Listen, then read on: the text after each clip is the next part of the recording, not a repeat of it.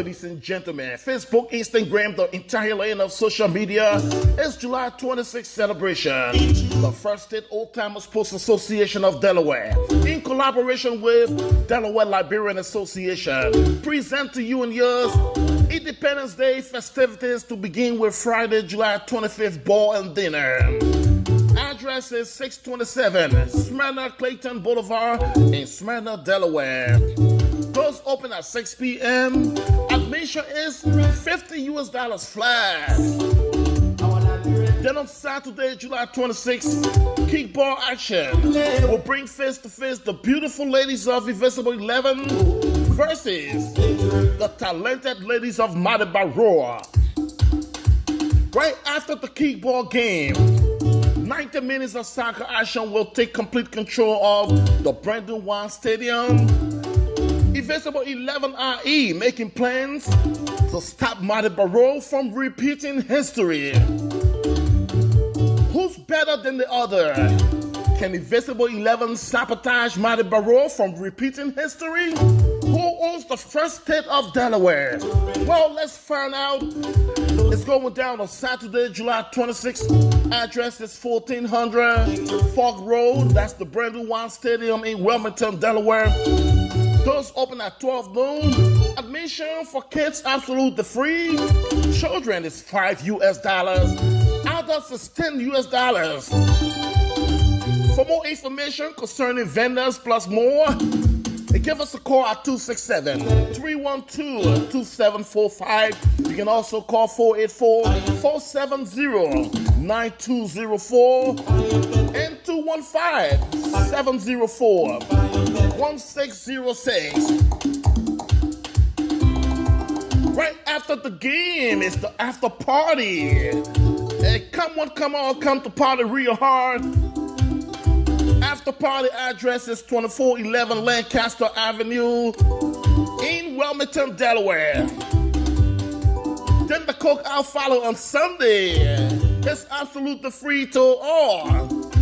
The women of Delaware will bring the food as the gentlemen of Delaware, they have agreed to come with the drinks. Come on, ladies and gentlemen.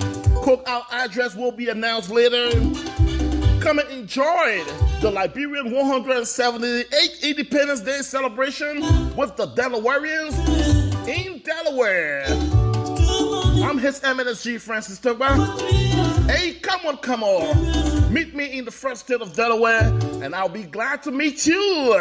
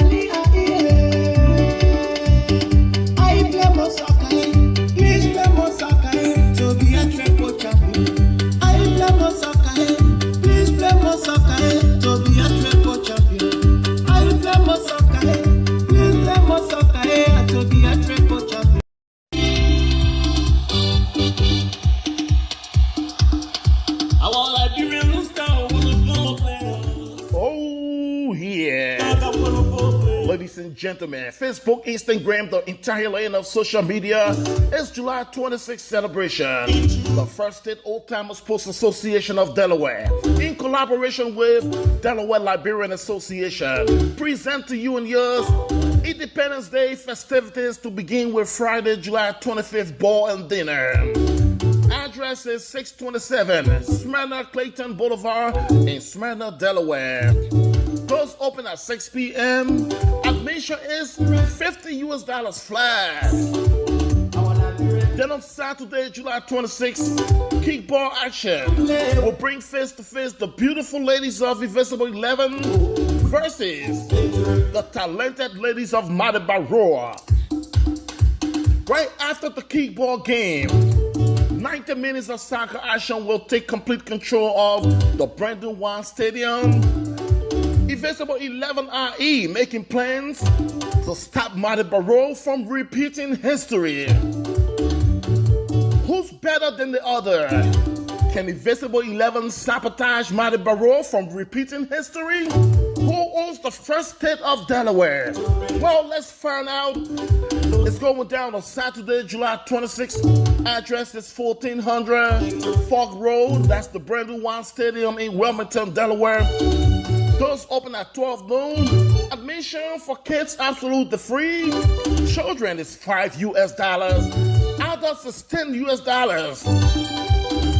For more information concerning vendors plus more, give us a call at 267-312-2745. You can also call 484-470-9204 and 215-704-1606. Right after the game is the after party. Hey, come on, come to party real hard. After party address is 2411 Lancaster Avenue in Wilmington, Delaware. Then the cookout follow on Sunday. It's absolutely free to all. The women of Delaware will bring the food as the gentlemen of Delaware, they have agreed to come with the drinks. Come on, ladies and gentlemen. Cookout address will be announced later. Come and enjoy the Liberian 178th Independence Day celebration with the Delawareans in Delaware. I'm His Eminence G. Francis Torgbean. Hey, come on. Meet me in the first state of Delaware, and I'll be glad to meet you.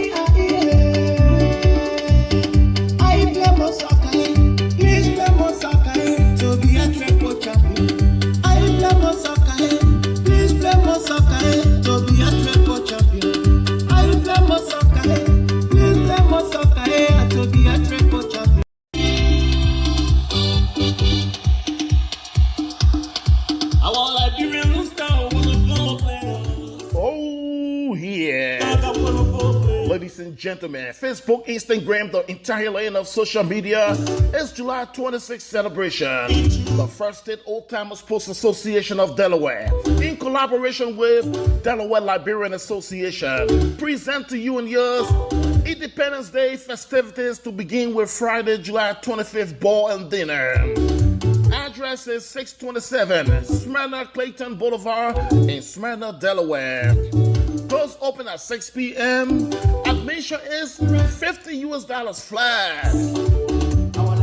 Then on Saturday, July 26th, kickball action will bring face to face the beautiful ladies of Invisible 11 versus the talented ladies of Madabaroa.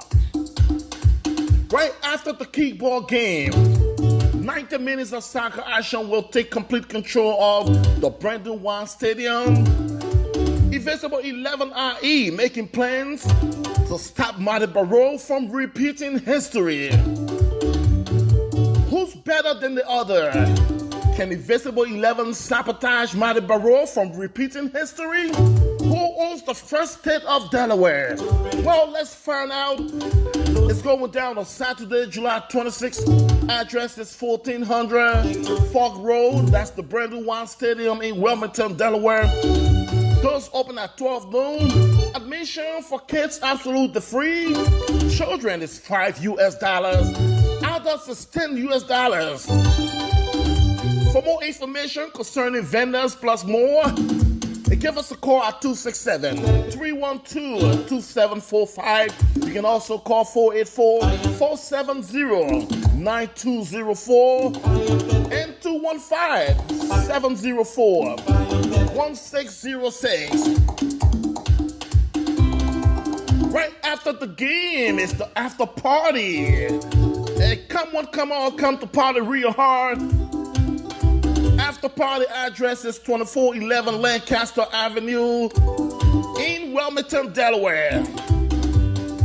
Then the cookout follow on Sunday.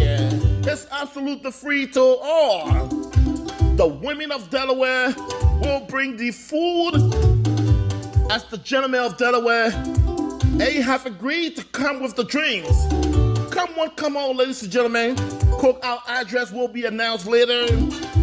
Come and enjoy the Liberian 178th Independence Day celebration with the Delawareans in Delaware. I'm His Eminence G. Francis Torgbean. Hey, come on. Meet me in the first state of Delaware, and I'll be glad to meet you.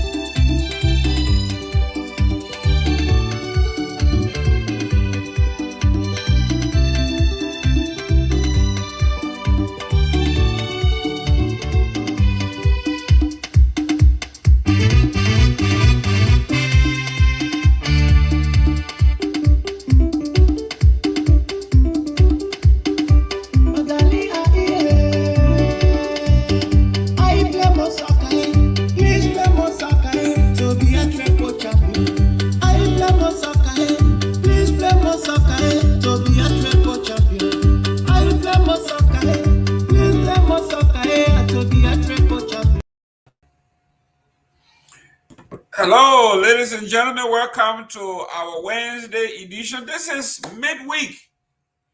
We call this the Humps Day. Share the show. Let your families and friends know that the closing argument is on and we are kicking. For your information, please, we don't want any drama. Last night we couldn't sleep. We were babysitting. So we are here today, well rested and ready to go. I want to thank our producers, our young men and women in Monrovia, in the studio. Yeah, Mr. Junior. How you doing, young man? I'm doing great, and you? Good to see you. You were on the air until almost 2 o'clock this morning. After 2 o'clock. Yes, yeah, exactly. It's all for the greater good of our mama Liberia. Ladies and gentlemen, if you just joining the show, I am your homeboy from the great city of Buchanan, Grand Bassa County. I am Jerome Gaiman. I will be your host. And with me, Myean, where are you from? What city are you from? I know you're not a Monroe boy. I'm from Nima County, to be specific. That's my hometown. Where in Nima? Nima is a big county. Tapeta. I'm from Tapeta District. Okay, the young man is from Tapeta. Oh, Lord, listen. The folks been calling me. They've been texting me. They say I'm prejudiced against their city. So Ladies and gentlemen, thank you very much, Jem Maboro. Thank you for tuning in. Tell the folks that we are here. Like you said, no pain, no gain. Yes, if you want to be in the news business, like the young man did, this young man did something that most people wouldn't do. As the event were unfolding last night, he had the wherewithal to go into a hiding place on the upper floor of the building and surveil the whole system, the whole yard. He gave us a panoramic view of our studio, our facility, and everybody that were walking. The recording was so good that we could hear the conversation from CO5 and his men. And the intelligence that we are getting here is those two motorcycle men that you saw with the police, they were brought to identify who Yellow Machine was, because the police, CO5 himself and those guys do not know him in person. So they brought two motorcyclists to identify who is this Yellow Machine man.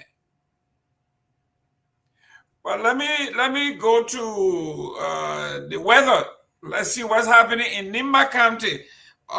Someone sent me, they say, that Lord, now we can't, your particular city you've been naming. So let me go to, but I did Sacre Pied. I'm not, tomorrow I'm going to do Tapeta, but today I did Sacre Pied in Nimba County. Okay. 74 degrees and light rain is raining in Sacre Pied. And then let me go to someone that called me and say, I have never mentioned River Cess. Yes. Sesto City, 73 degrees, mostly cloudy in Sesto City. If you are in River Cess, yes, it's 73 degrees. Harper City, that's Mr. Nangbe's homeboy. He's from Maryland County. Harper City, 79 degrees, also mostly cloudy. Buchanan, my hometown, 79 degrees cloudy. Monrovia, 79 degrees cloudy. And my homeboy and my friend, Dr. PLO in Nairobi, 61 degrees and cloudy as well. If you are in London today, it's mostly cloudy. If you are in Paris, it's 67 degrees, and the air quality in Paris is not too good. It's fair. Atlanta, Georgia, if you're in Atlanta, you got 90 degrees, very hot. And your air quality is good. New York City, 86 degrees and cloudy. The air quality is moderate, it's not good. If you are in Miami, my hometown, south of here, 89 degrees, partly cloudy. The air quality is good. And from where I am, Fort Pierce, right over the ocean, the Atlantic Ocean, and the St. Lucie River here, beautiful view if you go outside, is 87 degrees, partly cloudy. And the air quality is excellent. So if you want me to profile your city, let me know where you're calling from. And tomorrow when I come on the air, we're going to profile and actually preview your city. There you go, the man from Harper City. Harper City, the temperature there is 79 degrees and mostly cloudy. So the whole Liberia is cloudy all the way up to Paris. It's cloudy.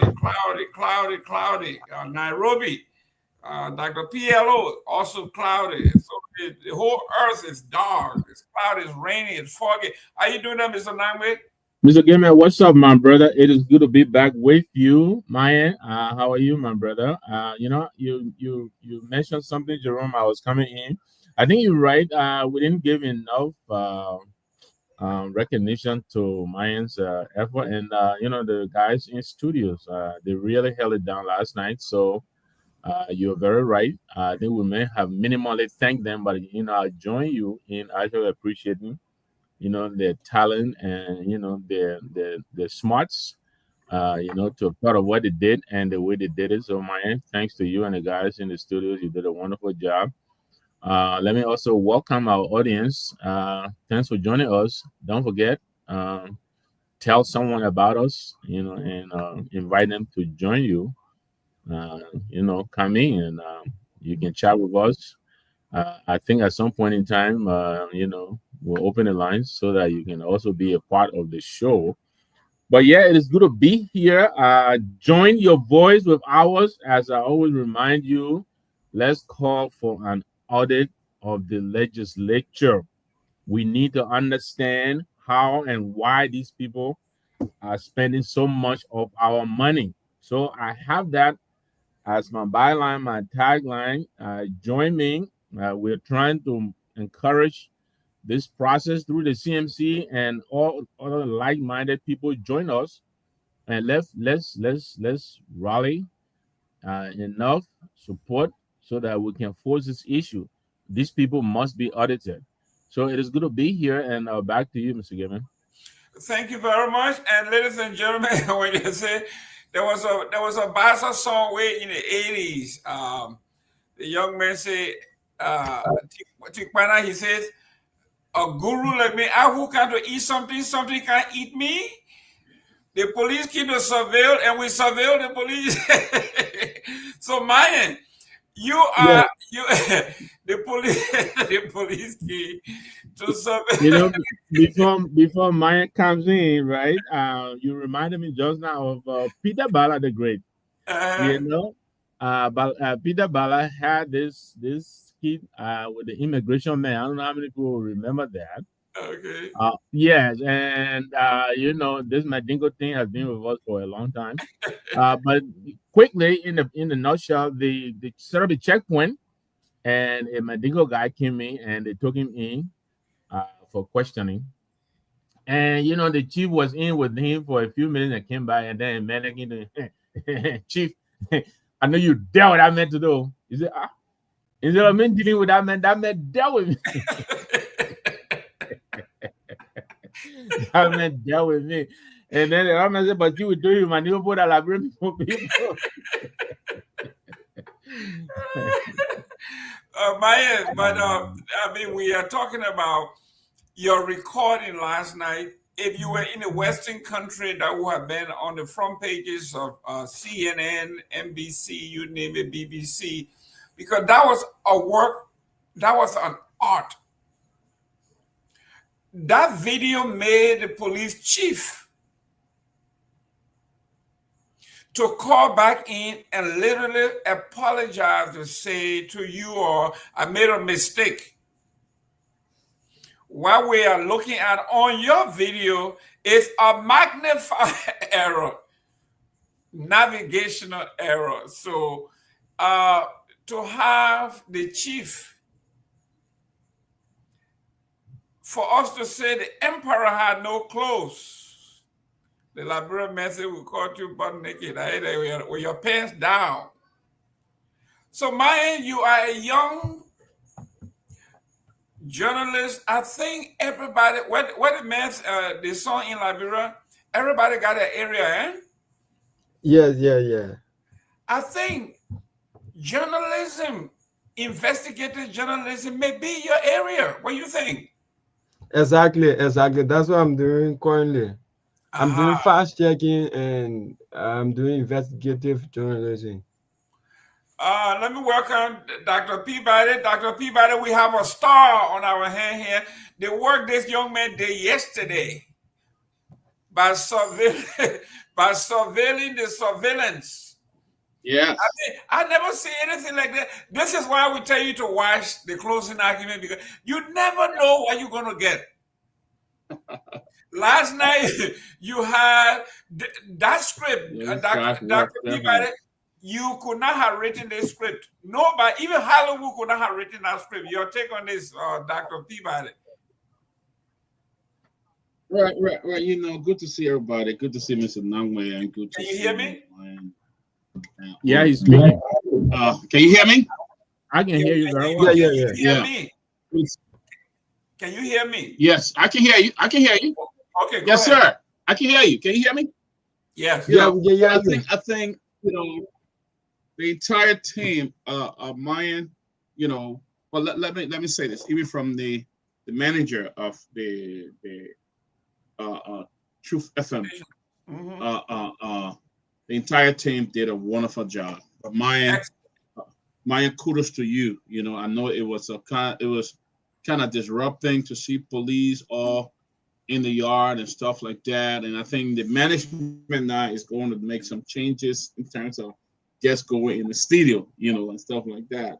But I think the entire team did a wonderful job. And Myean, you just a very bright young man, and I always been very proud of you, Myean. I just very proud of you, young man, very humble. I met you before, very humble and very sharp. Not in high school, and you write even better than some college graduates. Yes, yeah, college graduate. You know, you write very well. You understand the journalism, and I hope you could get training, in this area. You're very good, and I hope you could, there'll be an opportunity, that you can even go to IT. He's very good at IT. This kid can sit and get right on your phone from Liberia and help you do some things. That's how good he is.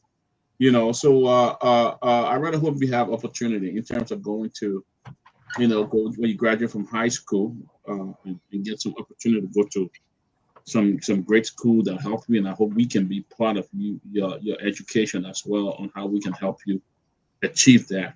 But he's a great kid. But Mr. Gibbon, before I come back to you on this, let's not forget that our fundraiser has been going a little bit slow. Yeah. Very slow. Very slow today. I mean, I just thank you, Howard Jones. Howard Jones has sent us $100. And the Nangwe's, Mr. Nangwe kids have sent us $50 as well. It's going slow, and we get in there gradually. Time is flying. It's going very, very fast. So we got to make sure we get this thing to help these kids. TCA, tomorrow the kids will be live in Monrovia. We got to get them internet and stuff like that. Our journalists haven't been paid on the ground. Want to make sure we take care of some expensive. We're in the red. The TCA is in the red. So guys, anything you can do, $10, $20, $50, $1,000, just send it to us. And once you do it, just put it in the chat room that you have sent it. Thank you, Howard Jones. We did receive your gift. I have it right here. Thank you for your contribution. So guys, if you want to help, just do it. We just ask you to do the best you can. But guys, it's wonderful, Myean and the team. I couldn't stop. I want to be so late. People were calling me from all over Liberia last night. What an incredible job that you guys did, everybody. So thank you, guys, and thank you. Guys, let me join you quickly, Jerome. I'm sorry, I know I hand it over to you, but yes, I really join you in encouraging, our audience. We know you're very passionate about all things Liberia. You want to get the news. You want to see us here every day talking to you, interacting with you. And it is these guys on the ground who actually, like what you saw yesterday. I mean, we were all the way over here. And Myean and the guys in the studio, they were feeding you with all this stuff. So, yeah, don't, every little bit helps. Don't be shy. Even if it is $5, whatever you can, please chip in. The number is on the screen. Don't hesitate to help. Myean, I heard you say you're from Nimba. No wonder why you're so smart. My wife is from Nimba. My wife. Yeah. Your wife was smart to marry you. Yeah, that's right. Okay, that's where you're going with it. But let me also recognize my son. This is my birthday week. Tomorrow is actually my birthday. Oh, wow. Yeah, my son Al, he started me up with this chair. He said, Dad, your old man bag is now as part of my little son. That's a good child. You raise him good. He always has my bag, so you raise him good, because some of these kids, when they start making money, they didn't even want to buy they can't even buy you a Burger King. So that's a good child. You taught him to give, and he's giving back. He's showing that that's awesome. That's a good child. Very good. Thank you very much. Yes, we appreciate it. He watches the show. I mean, he watches the show everywhere he is. He watches the show. Wow. Yeah. So he's an everything. That's awesome. What's your son name again? Joe? Al James. Al James. Yeah, that the transaction came through his name. The one. Yes, Al James, and he's generous too, because he gave us money. That's a generous kid right there. A lot of kids can, I'm not saying the mean, but but that's very generous, and we appreciate it so well. Are you? He got some nimba in him. That's oh, he got some nimba in him. Okay, Al. So you said with the battle put that too, got to try. I'm just saying, I'm waiting for the battle put to start calling. Now all I'm saying. They say happy wife is happy home. So hey, exactly. What's how the bread, the butter should be on. So he doing a great job. Yeah, but ladies and gentlemen, my folks and friends from all over the country, if you like what you saw yesterday, we'll take. I think we should take a few more minutes on this. My twins. I got 4 women in my house. They pledged. They just sent $100 to me, so I can send it over. We got Zelle, we got Cash App. Let me do the Cash App. Yeah. And I don't know if I sent money to you before, but yes, the girls have sent their money. Let me see here. But convey our thanks, my man. Thank you very much. I'm sure. Thank you. I'm sure they took after their mom because Yeah, obviously, you want to put me in trouble. That is it. We got one special guest who are about to make a big donation. Let me bring special guest. Okay, let me hold my $100. The leader of the CMC.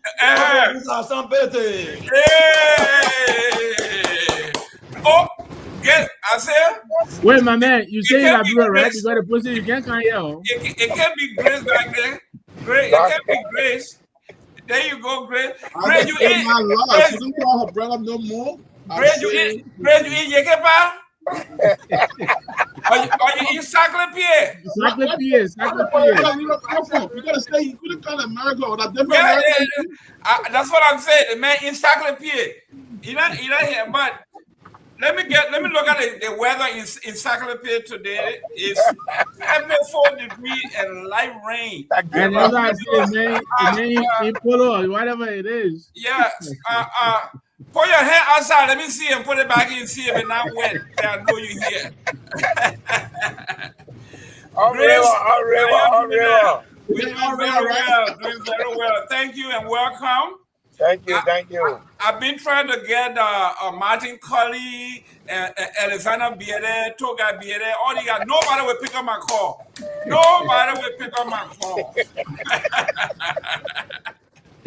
Ladies and gentlemen, if you just joined our show, this is a special edition. What you saw yesterday, you are seeing a repeat in a good way. When you watch, everything happens here. Yesterday, we were on the air when the police invaded the property of Honorable Musa Ability and Truth FM. But the journalists on the ground were able to film them live. And the police chief had to come and take his word back and say, I was wrong. It was a GPS that sent us to the wrong place. Can you imagine? The police had a GPS sent into the wrong house. But Honorable Musa Ability, welcome. Thank you, guys. Good evening from the New Jersey Turnpike. Okay. We are heading to Peabody. I just saw your call. So I'm very sure I'll call you. No problem. Yeah. Grace, how you doing there? No, we are on our way to the state of Maryland with the global chair and the chair of USA. Oh, I mean, you got security. You got 3 top. Yeah. We have security in front of all and beyond us. Rhode Island, right? Yeah, Rhode Island, Providence. Rhode Island, Oh, okay. They got the global chair, the USA chair, and the PL. You know that's top security there. Yeah. Where Gregory Coleman, is he back there?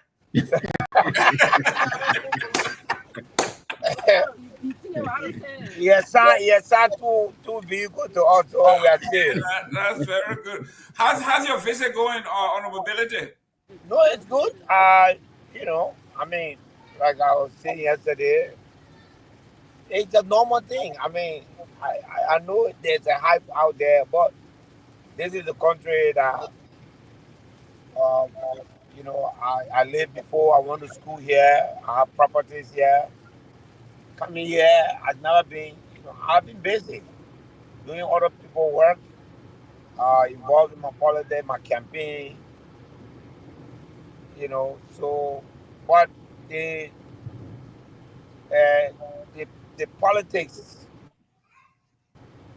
of our movement dictates that I should be here for a quick visit, which is very essential to our political goal. And so we're here to carry on our duty as politicians, and we're having high-level discussion at different level of local, state, and national government officials. And then we are also having sometime in the next 72 hours an executive meeting of the CMT, diaspora, and USA. So we're here doing our work. We're here doing our work. Thank you very much. Few days ago, we saw the debacle in Wapolu there. Grace had been hard on those people. And I don't blame her. I think I wrote on one of her lines that she got some crew in her. She led to fight. But what the people did in Wapolu, what they did in Wapolu there is it was a travesty. It was shame. It was disgraceful. But it tells the whole world what Liberia is made of. Talk to us a little bit about that bridge. What encouraged you to help those folks over there? First of all, let me say I support everything that Grace said. She said she didn't say anything disparaging. She said nope, not at all. The attitude of the senator was disgraceful. She has been senator for 5 years now, since 2020. So what she has not done, she can't come around posting. We don't play fun. Everywhere we have gone, we have not played fun. She's the one that has been playing fun for 5 years, not us. And CMC, we are a party who will be peaceful if you act to us peacefully. But if you are rude to us, we will respond to you in a certain way. And her attitude was rude and unbecoming of a senator. And we're not going to tolerate it. Our USA chairperson was on point, and she has the full backing of the entire CMC on that front. And if she do it again, we will take it to the next level. The faulty manner in which she has conducted herself, and the manner in which she has, the disappointment that she has placed on women, the bet that women placed on her in Liberia, and the fact that she was not able to fulfill any of that. And for the time she has been senator, she's been silent, and women have been very disappointed in her. She will not bring that on to us. We were sitting down when the people that elected her to become senator came to us, begged us to go and fix the place. So if that's the type of bridge she thinks that the people who gave up power deserves, that will be between she and the people in 2029. But for us, we want to help, and there are several other ways we'll help the people of Wapolu, not just on that bridge. And we'll go on to do that. So whatever she does, I'll continue. I think it's disgraceful. It's wrong. And I guess that's how our country has been reduced to.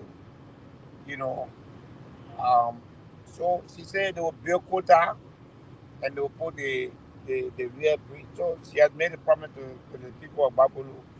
Let's see. Wow. We'll come after. Look, we are going to go and make sure that we go and clean up this country everywhere. And all those who have failed, we will take them on. Whether they are at the level of senator, whether they are at the level of representative, or the president, will already take the president on. So that one, there's no question about that.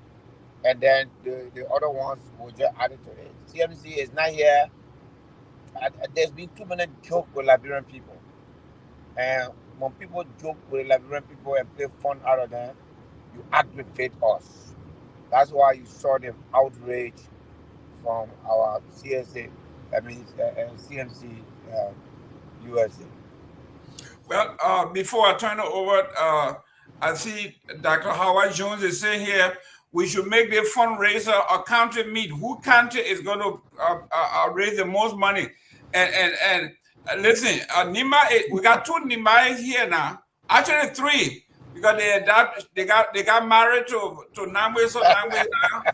Namwe is a Nimai. We got. Namwe try here, not supposed to buy. You know how I just try here and say you go to Maryland County tonight. You got to go Lofa Musa, and then we got Myean here. So, Dr. Peabody, you are in charge of the fundraiser. How you wanted to go? I don't think they need my boys that strong. They got vice president, they got representative, but I think I ain't even got much. So I think we'll give it to Nima. But Chairman, good to see you, man. Welcome and good to see you. Thank you, people. Really happy to see you. I'm really happy you are here. At least you have been able to dispel some of those derogatory folks who just think negative of other people all the time. That they can't do this, they can't do that. I'm very happy and good to see you, man. Welcome again to the US, sir. Thank you, Chief. You know me. God is our power. Those, it didn't start just now. You remember during the campaign, I was told that I'm wanted by Interpol. Interpol, yes. Yeah. So, but there has been I'm here. People who have said negative things about me, people who have vilified me, they have shifted lanes, they have shifted spaces, they shifted positions. Some of them were in opposition yesterday. But I'm right where I've always been, and we'll keep going, Peabody. Thank you, Victor. No, I just want to say, welcome, Chief. Even though we briefly interacted yesterday, but it's good to have you here. I know we'll get together, so I'll leave it to Chief Tomalin. Yeah, welcome. Chief Tomalin. Welcome, Chairman. And the funny thing about it is that the day that they were announced that they denying visa, that very day he said, Chief, I'm on my way to get my visa right now. He said, but they keep it low, I'm on my way to get my visa. So was that matter of the time? But it's good to see you back. Like I said last on the show, you went to school here. You and I think in Colorado, right? In Denver, right? Yes. Yeah, you went to school here. So, yeah, even your son, Lai also came to school here too. So it's not a strange thing, but it's good to see you. And you're going to my home state, Rhode Island, where I settled when I came to the States. I was there for 12 years, and hopefully the Liberian community there will welcome you. I told some of them this morning. I think they should try to get in touch with your handler so you can at least to come to Rhode Island, the Ocean State, the smallest state in the union. So hopefully you have a nice time in Rhode Island, Providence. Look forward to hearing from you there, and hopefully I don't know whether we'll have to, because I know people in our tribe will say, well, maybe with Friday or so, we'll see how your schedule looks. We'll have a very busy schedule this weekend. You on, right? Yes, I'm here. Yeah, so hopefully. I'm here. I see you off. Well, we can see you.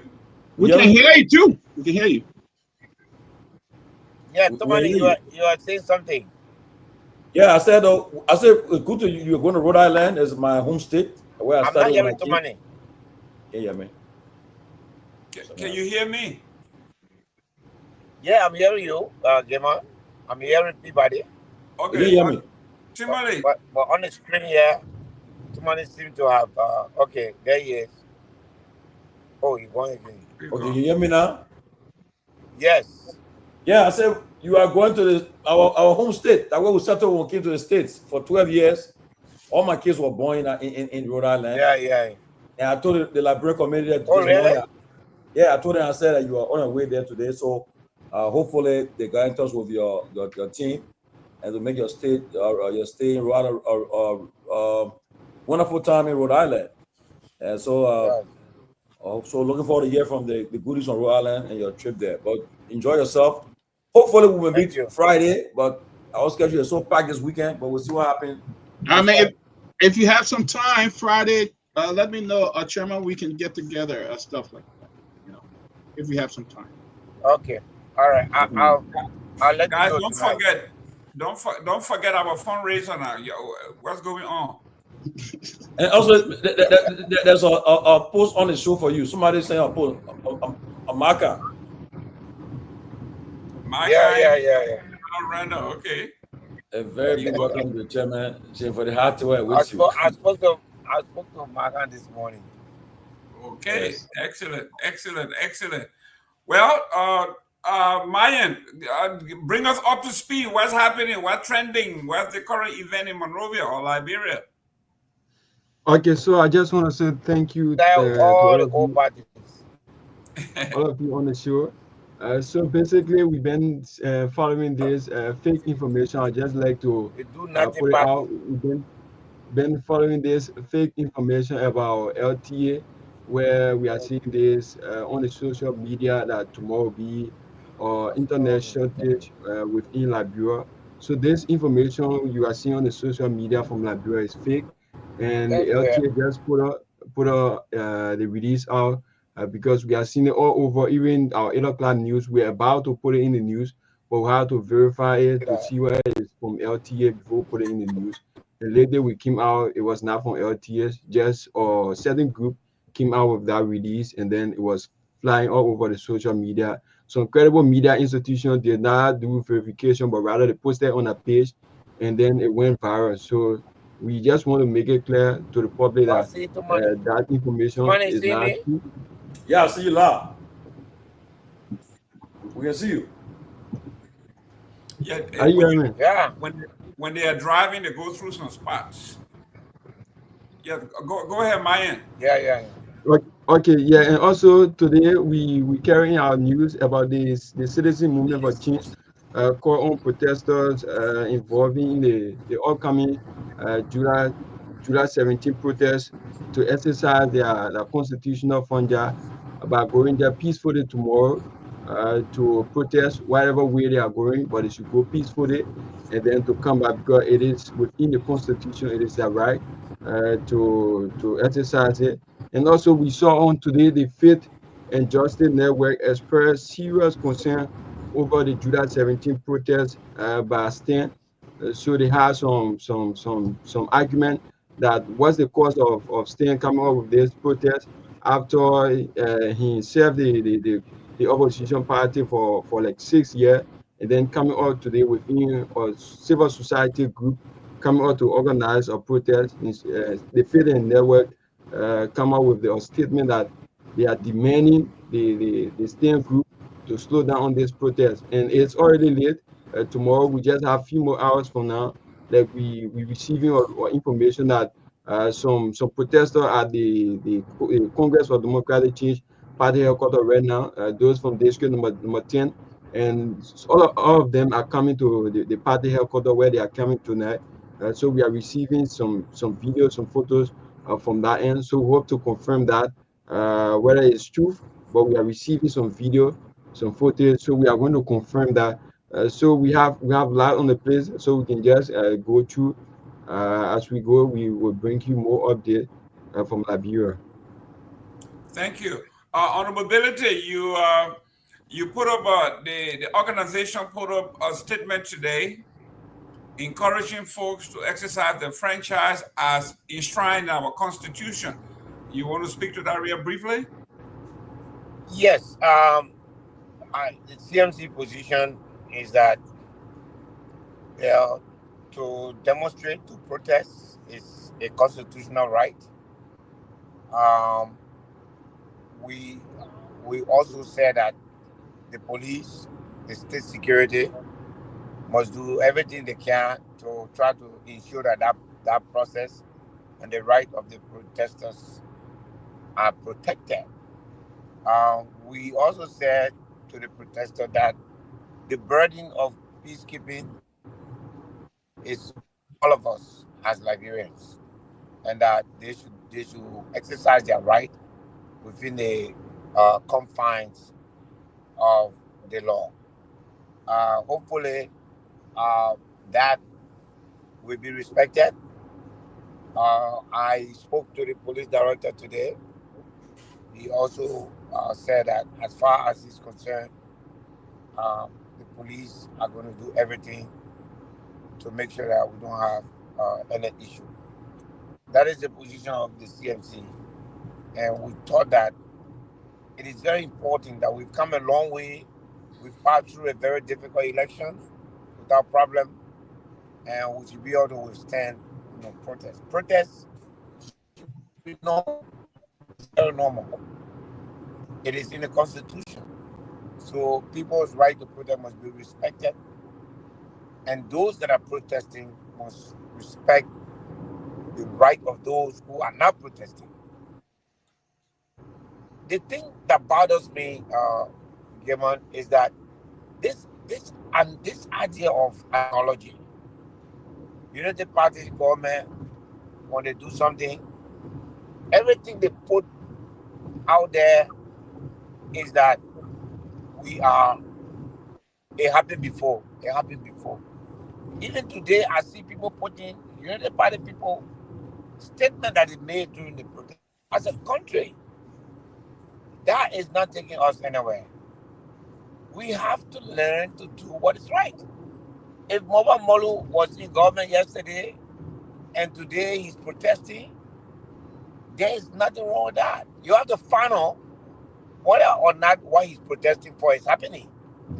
It's not about whether Nyenwolo was in government yesterday, so his right is lost. But we also say that they must be peaceful. Our democracy has to be protected. We have to mind it, because the opposite of democracy is not good for us. So that's the CMC position. Excellent. Myean, before I go to Dr. Before I go back to the chief here, any news on the yellow machine? How was it handled? Is he safe? How did he get home today?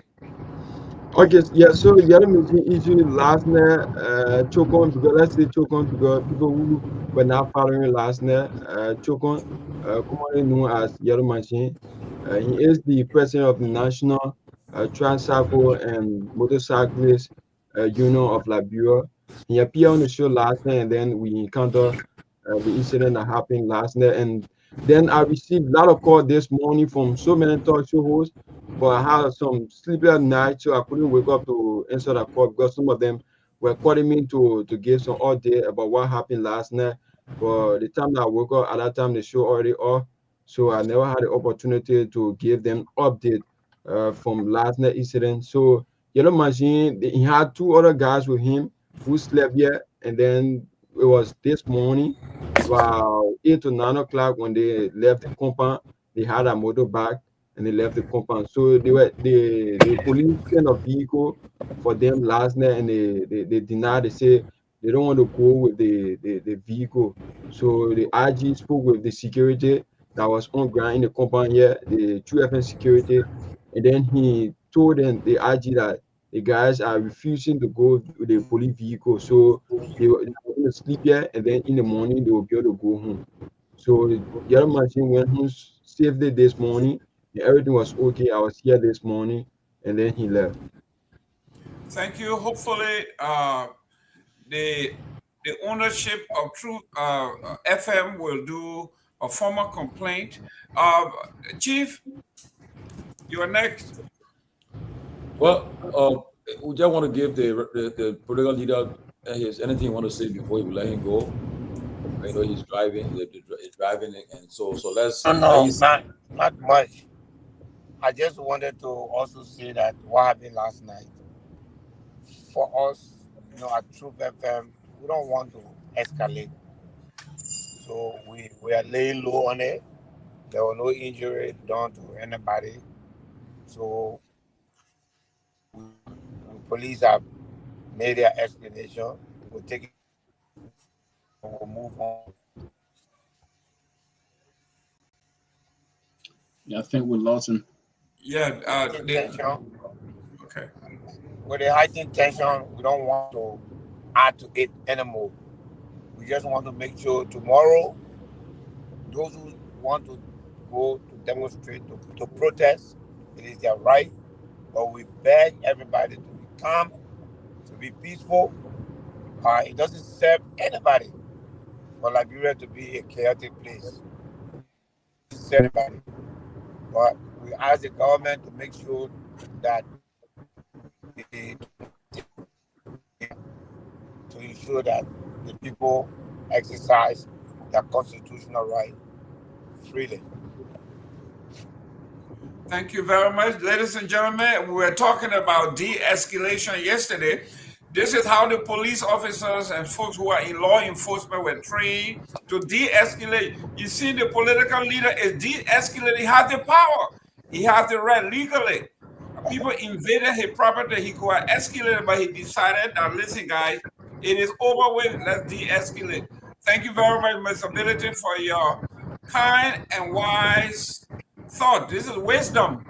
And Liberia can use some wisdom at this point. Grace and Dr. Richardson, it was nice talking to you. We look forward to seeing you all soon. Thank you very much for tuning in. I'm sure Mr. Richardson is somewhere in there, I'm sure. Come on now. Why are you picking up Mr. Richardson? Amy, don't mind him. Yeah, okay, guys. Yeah, they are. I see somebody with white beard driving. Maybe that's him. Thank you, guys. Oh, let me welcome Sarah Dopo, another woman from this. Oh, Lord, all the Grable people with the Grable blood, they let them fight. We have Grace. We have Dr. Richardson from Bone Mines. Now we got somebody here from the Southeast. Sarah, welcome. Thank you, Mr. Gilman. Well, we are still doing some fundraiser for our children, our staff, our grandchildren. So we say charity begins at home. We need Dr. We need Doc, you need to give. We need Tomalin to give. We need Victor to give. Victor, your children gave, but you got to give.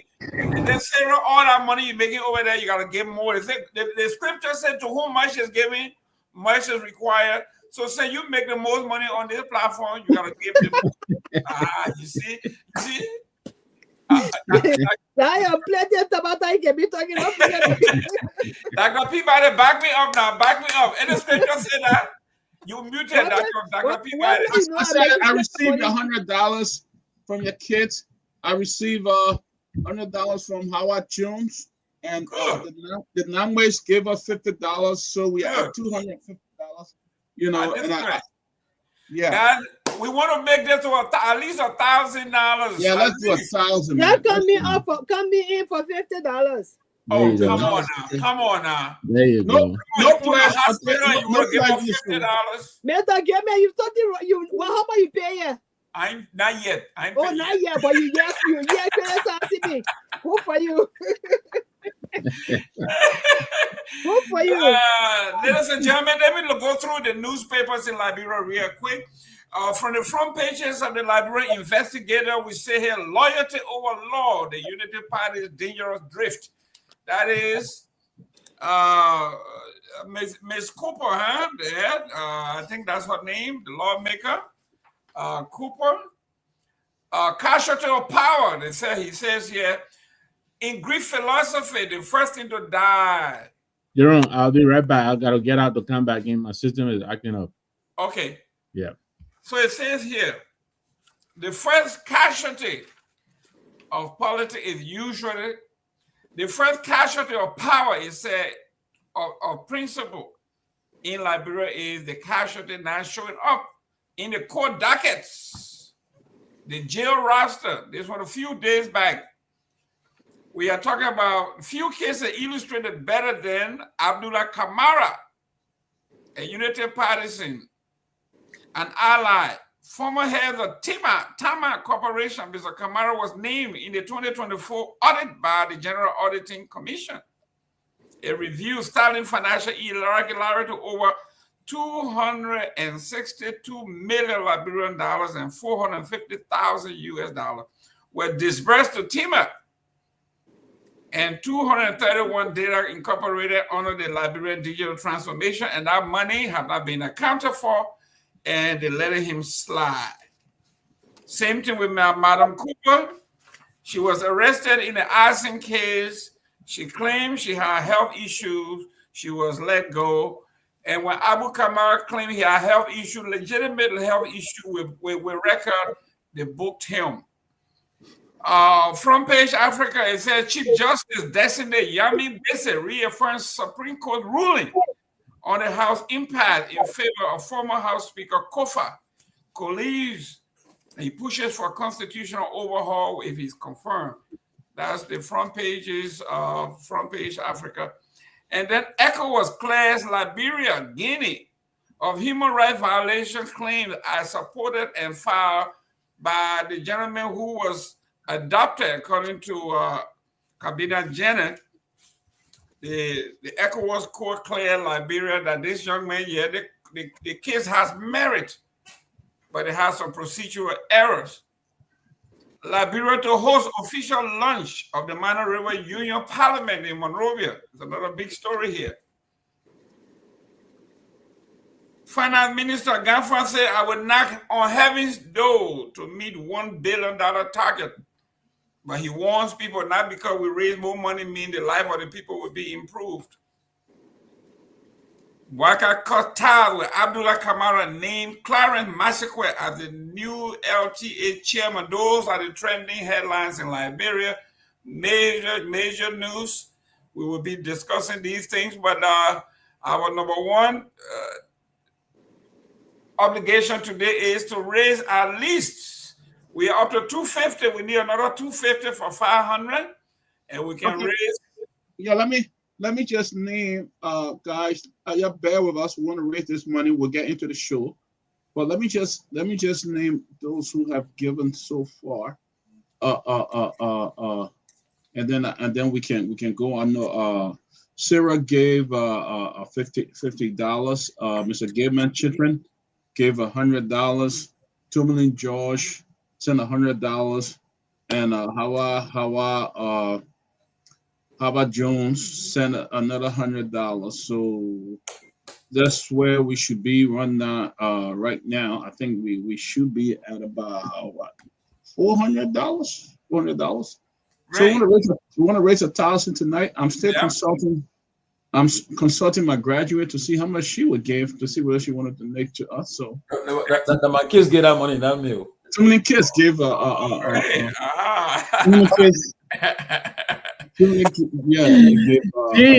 I know the journey is it, Papa. What are you doing?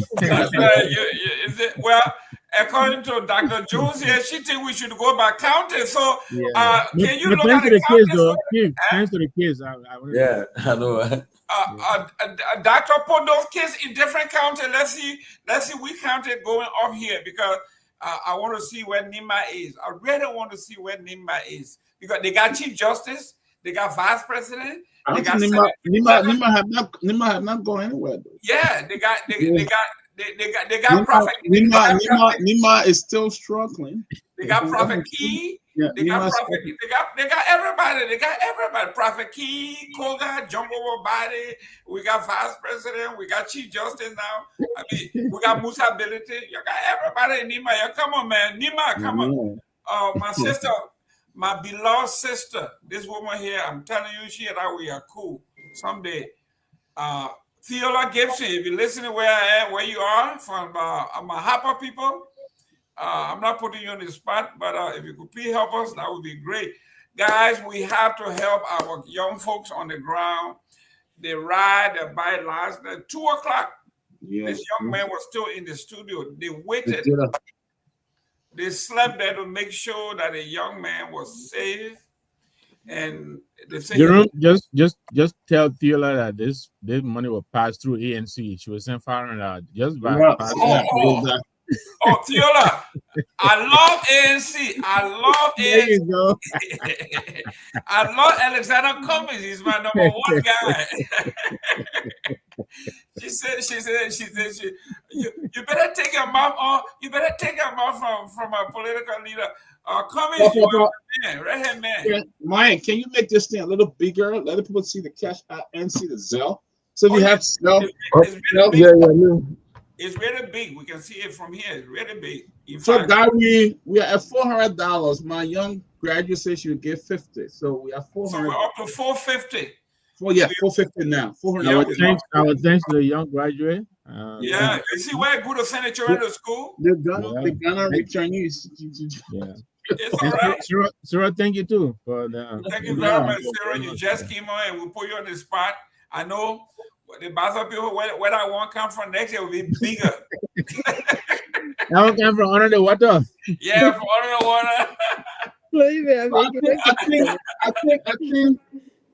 I think the Basel people are leading. Of course, we're leading. We're supposed to be leading. Yeah, so guys, if you're watching, man, please just drop something in 25, 50, 30. Just drop it on the board. Go ahead, we're sure. We got to keep our motorbikes going. We have to keep the guys going. And after this is done, I have to do something special for Myean. I want to make sure that he got a journalist degree. Darren, watch yourself. Okay. The other people may not like the other guys that may not like. Oh, okay. Listen, if they're doing journalism too, that's fine. We just want to make sure that anybody out there who has anybody who has a journalism scholarship, we can use it here. Yeah. Whatever other thing the guys are doing, let us know, and we will definitely pass it out because different foundations do different things.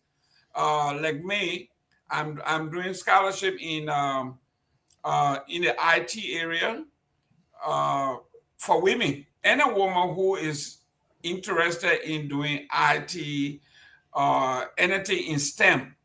I don't want sociology. I don't want political science. I want STEM. I want STEM. I want women that will be engineering, medicine, IT, any of those things. Those are the things that I'm interested in. Okay, so women that are into STEM. We got other people who have interest in journalism. We appeal to them. If you have interest, if you are doing anything in, writing, those are things that are very important. They got other people that have interest in those things. So we will be appealing to them. We can't appeal to you to do everything for everybody. But if your interest is journalism, you can help. If your interest is nursing, you can help. That's how we usually do it. I'm a United Way man now, so this is how we used to do it. We split it up. Jerome, I'd like to wish Nora safe travels and to thank her in advance. Good. I think she's gonna make a donation once. She's a very good. Once she arrives at where she's going. Yeah. Nora, if you ever been prayed for before we pray, there's more prayer coming out to make sure you get right. She's very generous. She always gives to our fundraiser. Nora, I can name some of them. Nora, Makan, Charlotte Randall, Smith, all of them, they've been generous. Patient Seman, they've all been very generous in the giving. So I know we'll hear from them as time go by on the show. We'll hear. Great. And all my Chelsea fans, come on now, we won. Y'all come on, celebrate. Y'all come on now. Give to this station. Give to the young folks. If you are a Chelsea fan, if you're a Real Madrid fan too, you can come and join us. You can do that. PSG fans, don't worry. We got your back. Come on and do some donation. And don't keep crying. That game is over with. Come on and donate. So, ladies and gentlemen, we had before when the show started, we had an ad for I think Barrow and IE is that Delaware area? Yeah. Yes. Yeah. So the Barrow and IE folks will be coming out there to patronize you from everywhere else. So say we've been good to you. Can you be good to us and come out here and give Barrow people now? Yo, come on. Can I say something to that?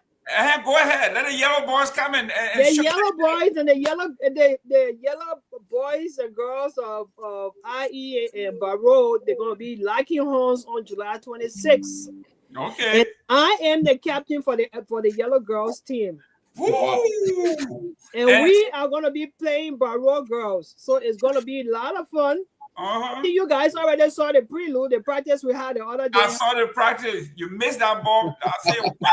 You missed it. If you're in the area, you better come on into Delaware. It's going to be fun. There's going to be a lot of fun, and we're going to have a lot of activities going on. So come on out and support your girl on here, TCA. Let's go. Yep. And ladies and gentlemen, if you belong to a fraternity or sorority or school organization, we got packages for you. You just call Dr. Peabody. They will put something together for you. All the packages are unique. You know, they will do something for you. We'll talk about your show or your event. If you're having wedding, you're having graduation, whatever, we have it here for you. Just come on. But for now, our attention is actually on our young folks on the ground, so we can give them something. We do that, I think, twice a year, 26th and Christmas. Yeah. So let's be generous. Let's do this for our folks. You see, when it comes 5:30 and you turn your TV on, you want to see Dr. Peabody. You want to see Nyenwolo. You want to see Sarah. You want to see myself. You want to see Myean. You want to see everybody. Tomalin is here. It takes a lot to keep the lights on here. Okay, it's not when you turn it on, you will see us, but it takes a lot of sacrifice, especially the guys on the ground. They got to pay their light bills. They got to get on the bike 2 o'clock in the morning, going home. Keep the lights on so we don't make a navigational error, you know? Yeah, so your GPS got to stay sharp. So when I'm going to visit Myean, it don't take me off from Tapeta, it don't take me to Bassa. You know, I'm going to see Myean. That's what it is. But while we are waiting for our friends, let's talk about our finance minister. The finance minister said he will knock on heaven's door to meet his $1 billion goal. This is what he is saying.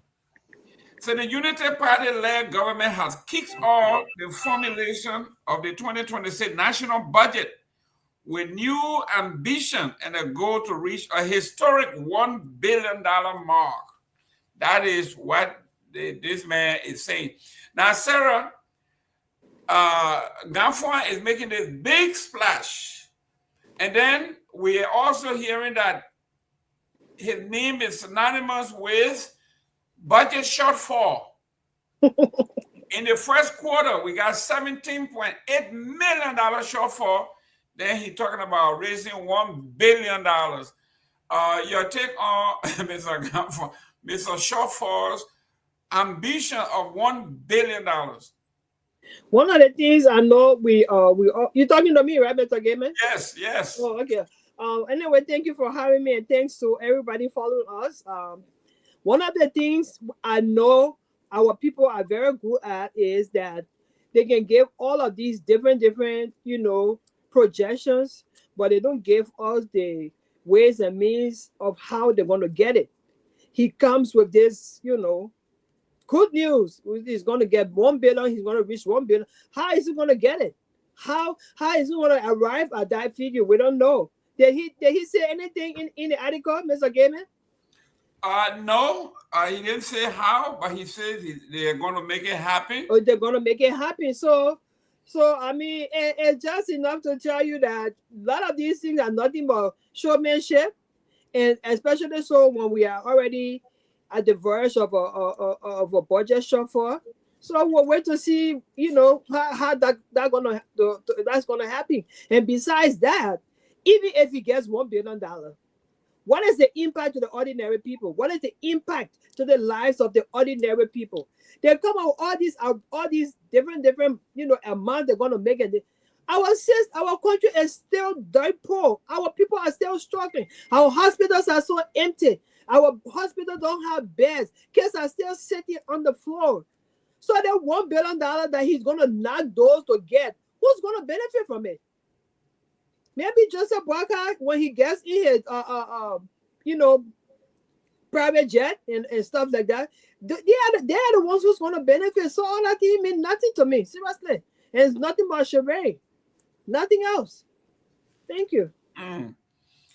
Well, Peabody, the minister remarks both optimism and caution, according to the newspaper. While he lauded the country's recent fiscal progress, he was quick to remind stakeholders that real change will require performance, discipline, and consistency across all entities of Liberia to make this happen, to impact the lives of the folks.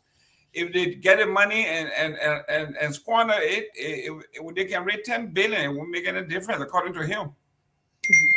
You know, the thing here is Jen McBorough is $TCA 2500 $TCA 2500. He said the cash out is not showing up. But what it was, if you put it, will show up in Henry Peabody's name, the $TCA 2500. But yeah, he's saying this again, man. You know, the minister probably know what he depend on. You know, they just signed a contract for $1.8 billion. They just signed a contract, so some fresh money coming in. So maybe he know what he's depending on. That's why he's saying it. But let me say this, Mr. Goodman. Let me say this, folks. The minister on LBS this morning, he couldn't give it. He could not answer the question when they asked him why he took money for the $8 million that were in the I think civil service fund or something like that, and to transfer it. He could not give an answer. He was all over the place. He was diverting from one thing, or if we do it to solve harmonization and harmonization taking place. It was a simple question. Why did he do it? He couldn't answer it. So, you know, for me, look, I want the government to succeed. I want the government for people to get help, because our people are suffering a lot. Liberian people are suffering. Unemployment rate in our country is very high. People don't even have job. The health condition is bad. Hospitals are bad. Our hospitals are in very, very bad shape. The nation only referral hospital, JFK, is one of the worst. You know, I always say that because I had an opportunity to go to JFK, to tour JFK in and out. And I also had the opportunity to donate several brand new medical equipment to JFK about a few years ago. So I know how bad it is. I mean, I had the opportunity to go to JFK and see people washing patient clothes and things with their hand. The washing machine was down. 1 or 2 washing machine was down. And I know how bad it is. So I want them to succeed, but they need to come. They need to be honest. That for the $8 million would have done a huge, even $10 million of that money would have brought a huge development to John F. Kennedy. Huge one, very big change to JFK. They could have renovated several walls at JFK and stuff like that. So I mean, he couldn't even give a count for the $8 million. Now nobody know what happened to that money. He said he sprayed all over so they could deal with harmonization, all the things for people continue to improve, for the justices to all kind of stuff. The minister are all over the place. But you know, I don't know how to get that. I mean, we'll continue baking international community. International community will do this. International community will do this. You work out international community. You sleep international community. You fighting international community. You stealing international community. So I don't know what kind of country is that. All we rely on is international community. We just need to name Liberia Republic of International Community now. You know. Tomalin. Yeah. I know I want to segue a little bit into this because Dr. Peabody brought it up. When I saw on the front pages of all the major newspaper around the world, that the president of the Federal Republic of Nigeria, Guar, the late president, died in a foreign country, in a foreign hospital. And then it says that the Nigerian specialists, surgeon and all kinds. We have 4,000 registered Nigerian specialists in this country alone, in this country. And their president died in a foreign country. What is wrong with us Africans that we cannot fix our hospital like Dr. Peabody just said? The major referral hospital in our country, nothing is being spent. But then our leaders leave and go to foreign country for help. This Buhari thing put it on the front pages of why? Well, somebody wrote to it. They said, President Myean. He died. Yeah, he died in London too. Yes. Since July. That's Since correct.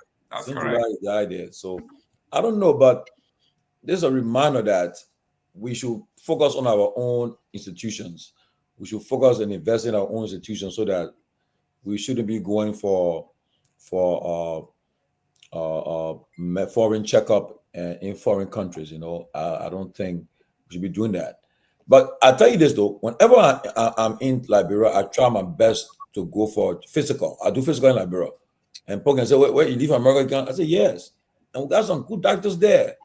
I will do my physical in Liberia when I go there, just to test the system and so forth. I say, "You're treating like anybody else." They do the same thing too, you know, and that's what I do. But we should definitely, it should be a reminder for us to focus. Look, if, for example, if President Bugger decides tomorrow, say, look, just he did a drug test, he and the vice president, the speaker, the pro tem, they said that they go to JFK to do a complete physical, do everything, and so forth. And they say we want to prioritize JFK. It will be symbolic, but yet and still, it will be very, very, very reassuring. And that if this hospital is good for the least person, we who the leaders can also come here too. So again, like for instance, the president of Cameroon who announced his 8th term to run, he's 92 years old. He will end up next thing you say he end up in London, France, where he will end up. You find him to go and do that. So it's just sad that we continue to neglect our own institutions. We're not prioritizing it. I remember when President we had dedicated the dialysis center. He was telling me, he said, he named it after Madam Salif. He said to me, look, the amount of people money we are spending money to send to Ghana for dialysis, you're not fun in Ghana. Ghana eat our money. He said, but at least that dialysis center we dedicated, hopefully we can build on it and have some in all the counties, all the major hospitals. And, you know, but I said, oh, you want to tell me that the only one? He said, the first time we got here, I was shocked to learn that. And nowadays, most people with a kidney issue, I mean, majority of the citizens you found, most of the people nowadays, they go for dialysis every day now, every day in wherever you are, you know, people go for dialysis. And imagine in Liberia, if people there are some people that dying, they say, oh, the person's stomach is that big. So I say, look, I saw somebody in Liberia. Then they said, no, but the person was old. I said, the person they can't be pregnant. That person must be ill. And that's true. Because they only go to hospital when they are sick. But in America, all of us here right now, I bet you got a date for your physical, your date is your PCP won't meet where you went, and for your checkup, your dental, your eye, everything. You know, they get it for everyone else here. Oh, they want to check your numbers. I did my colonoscopy a few months ago, and so forth. But in Liberia, how many people doing it? So, you know, it's sad, and we just pray that one of these days we have that transformative leader who will prioritize health and will put more money into health so that we'll be able to say, well, people can come to Liberia for a checkup. And just before I end, if you guys remember, prior to the war, I think before that time when JFK was first built, people used to come from a referral hospital in the region. People used to come from the neighboring country to come from major surgery in Liberia. You know, but today, it's sad. All right, Mr. Kehleboe, before you go ahead, let me just announce that we just received a gift from Miss Jen McBorough. Yes. She did send us $50. So we are at $450. No, we're up to 500 now. 500? Yeah, $500 right now. Yeah, thank you. So we got 500 to go. Oh, the vice president from Kigali is in town. Mr. Vice President, all that money you make, he can't pay some donation. I didn't know how to make people. Vice President of Kigali, come on, bring some money. Welcome, Mr. Siddiqui. Mr. Giving, what's up? Okay, great. Welcome. Yeah, loud and clear. Great. Victor, this is not all of our folks that this is not Unity Party or Joseph Boyka's thing. because during the early time, you remember one of the government officials was sick. She chartered a private jet to come from London to come and pick up her mother, take her for a checkup in London. A private jet. So recently we saw the president going to Ghana, the first lady going to either India or Morocco for an extended period. We talk about hundreds of thousands of dollars that could have been spent in our country, but it's going. That to me, that money laundering, that capital flight. One of those hospital stay could furnish basically the entire hospital, the whole JFK.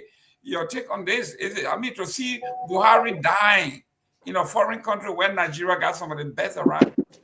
Yeah, I mean, we're losing on both ends. We're losing the financial side, the money, like you said.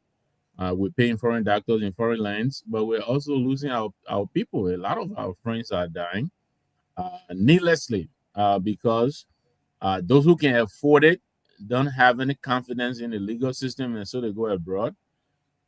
Those who are sick and can't afford it, they can't get the help they need. A friend of mine just died in Ghana, I think about 2 weeks or so ago now.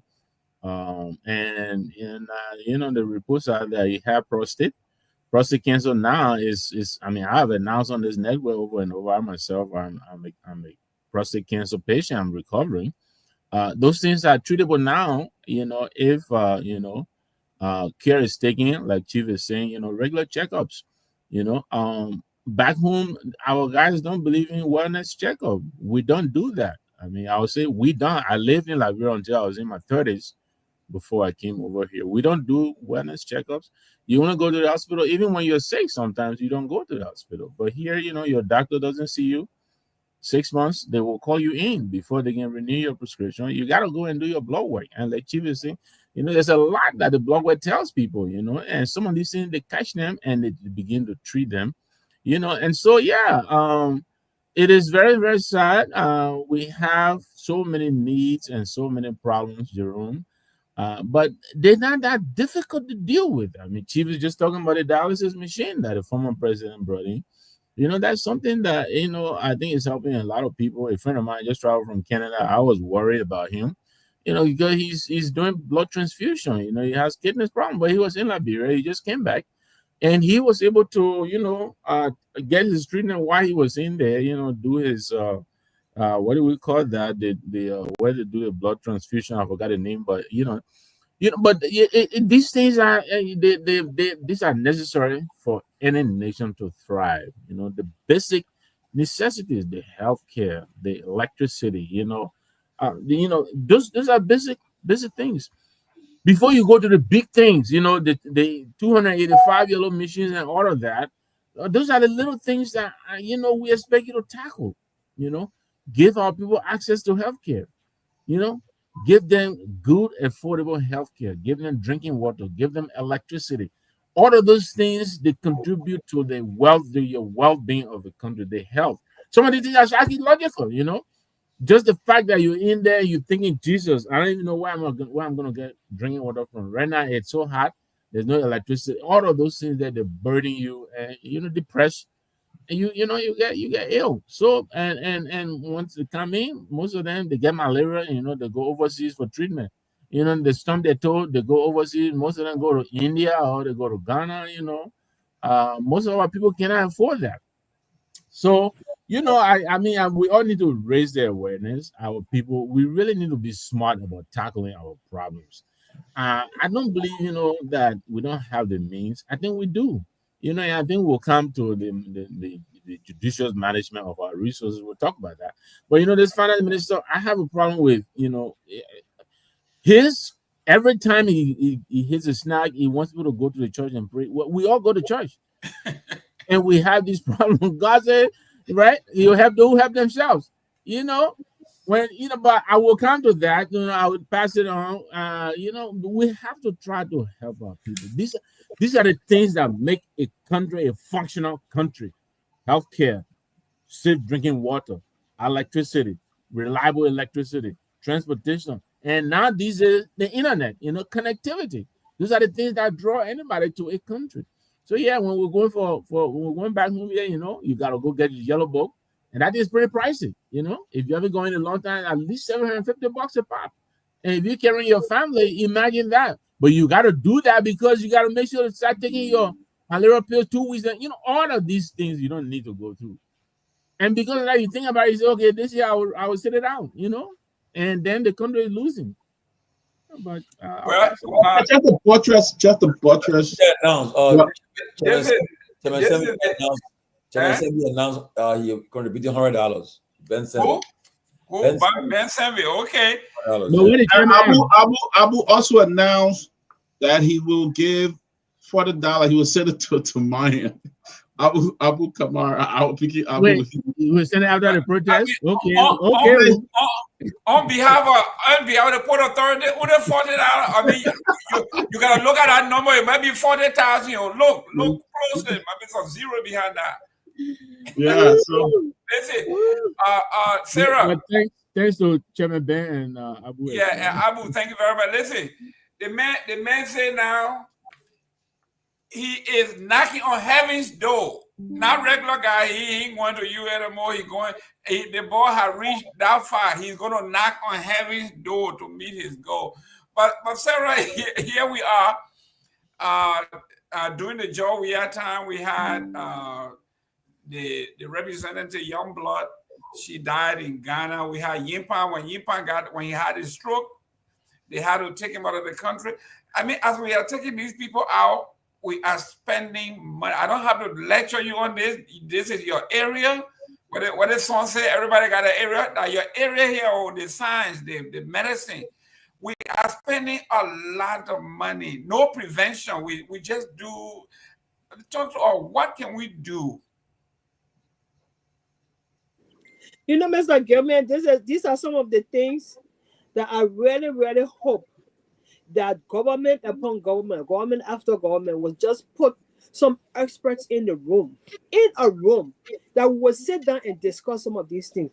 Because these are the things that impact the life of our people. These little things that we have to do for them.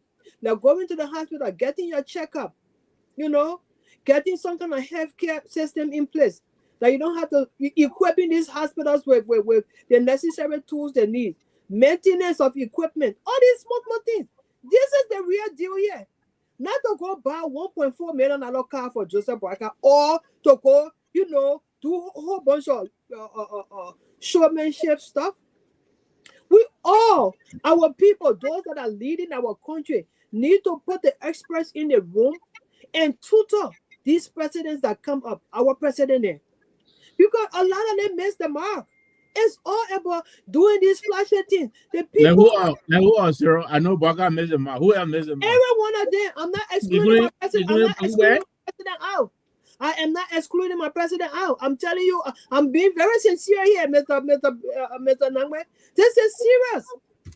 Our people, we need people in the room to tutor these people that will put in power. Because in my opinion, they really don't know what to do. They don't know what to do for our people. Time in, time out. They keep messing the mark. I saw somebody was displaying something on a motorbike. They say the ball for the president motorcade to make it to be coordinated, all that kind of stuff. Is this what we need? Is this what our people will put on the table? Is this what they will use to go to hospital? The people not getting it. Then what we thought say, me are going to retire in Burkina Faso because I see the intentionality of the Burkina Faso president to change the life of his people. He doesn't give a damn. Excuse me for my French. Whatever anybody say. He wants to change the life of his people, and he's very intentional about it. And this is the kind of leader our country is lacking. People come out there, the people go in muddy waters and vote for them. When they get out there, they're only talking about fat salaries and stuff and leaving these people. It's so disappointing. It's disappointing. And that's the reason why the people are getting out in the street tomorrow to vote. They can say whatever they want to say. The people have the right constitutionally, peacefully to assemble, and I'm sure they will. You know what? You know what happened? I saw a video today with this lady, Boto Kane from Peabody. I remember when we were with Spoon, we went to Liberia, we went to the Senate. When we got to the Senate, the woman, she had her bag, she grabbed her bag like this, holding the bag tight. I know she didn't put her money or what. And I remember when that woman or guy were trying to get her elected, people were fighting, making say, we need a market woman there to come there for nobody. But she had been a disappointment in the Senate, you know. And what I see happen nowadays, most of the people that get elected, they know they say it will not happen. I went there for 9 years. I get my little ma. I move on there. I know I'm not fighting for re-election. The 9 years are therefore I'm making my money. I move on there. So most of if you notice how many people been in the Senate for so long, most of they take more rate so high, okay, because they go with that mindset that they're gonna make money and make their break and go, you know. But then again, our people will stay around like the very people again, like the same people, and that's a problem. But I want to respond quickly to Joma Jala. Joma Jala, you see, in Liberia, I'll give the credit to. Let me be honest with you. The immediate past president of the Liberian Medical and Dental Association, the Benito Andrews, they did extremely well with our doctors. What they did was, if you graduate from AIM Diagnostic of Medicine or from Cotiton, let's say for instance, Dr. Nangwe, okay, so Nangwe, you're a medical doctor, you just graduated from the med school. They send you for area of specialization. Like right now, we got one of the guy with the president now, Dr. Ion Kase III. He's one of the best doctors in Liberia. That guy performed a surgery that people still wondering how he managed. You guys one of the best doctors in Liberia, though. Look, what they are doing right now, sending them for specialization. They go for, well, we don't have a neurosurgeon. We have one now. Sending one for different special areas of specialty. They go for training now. They're spending money on investing in them. During President we administration, I think the CDC government sent over 15 or 10 doctors to work for specialty to be able to come more and perform. So we got good doctors in Liberia, but most of them, what they do, they get a private clinic. I don't blame them. Because I don't want in Liberia, one of the doctors had to go to a private clinic in Concota. Okay, but they are very good there. You know, my mother, I think the last 8 years, she had an accident on a motorbike and she broke her thigh bone. Yeah. Today she's still working with, and then one doctor went there, one Nigerian doctor, and put some iron in the Oma and the Oma. I was there for the election when I went to register to vote. Luckily for me, I was there. One guy doctor from Michigan, he was in town. We were to ask him, put on the list to get her to take that iron from her thigh.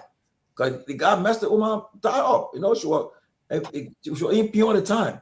But luckily for me, I was there that time, and the Michigan doctor was there.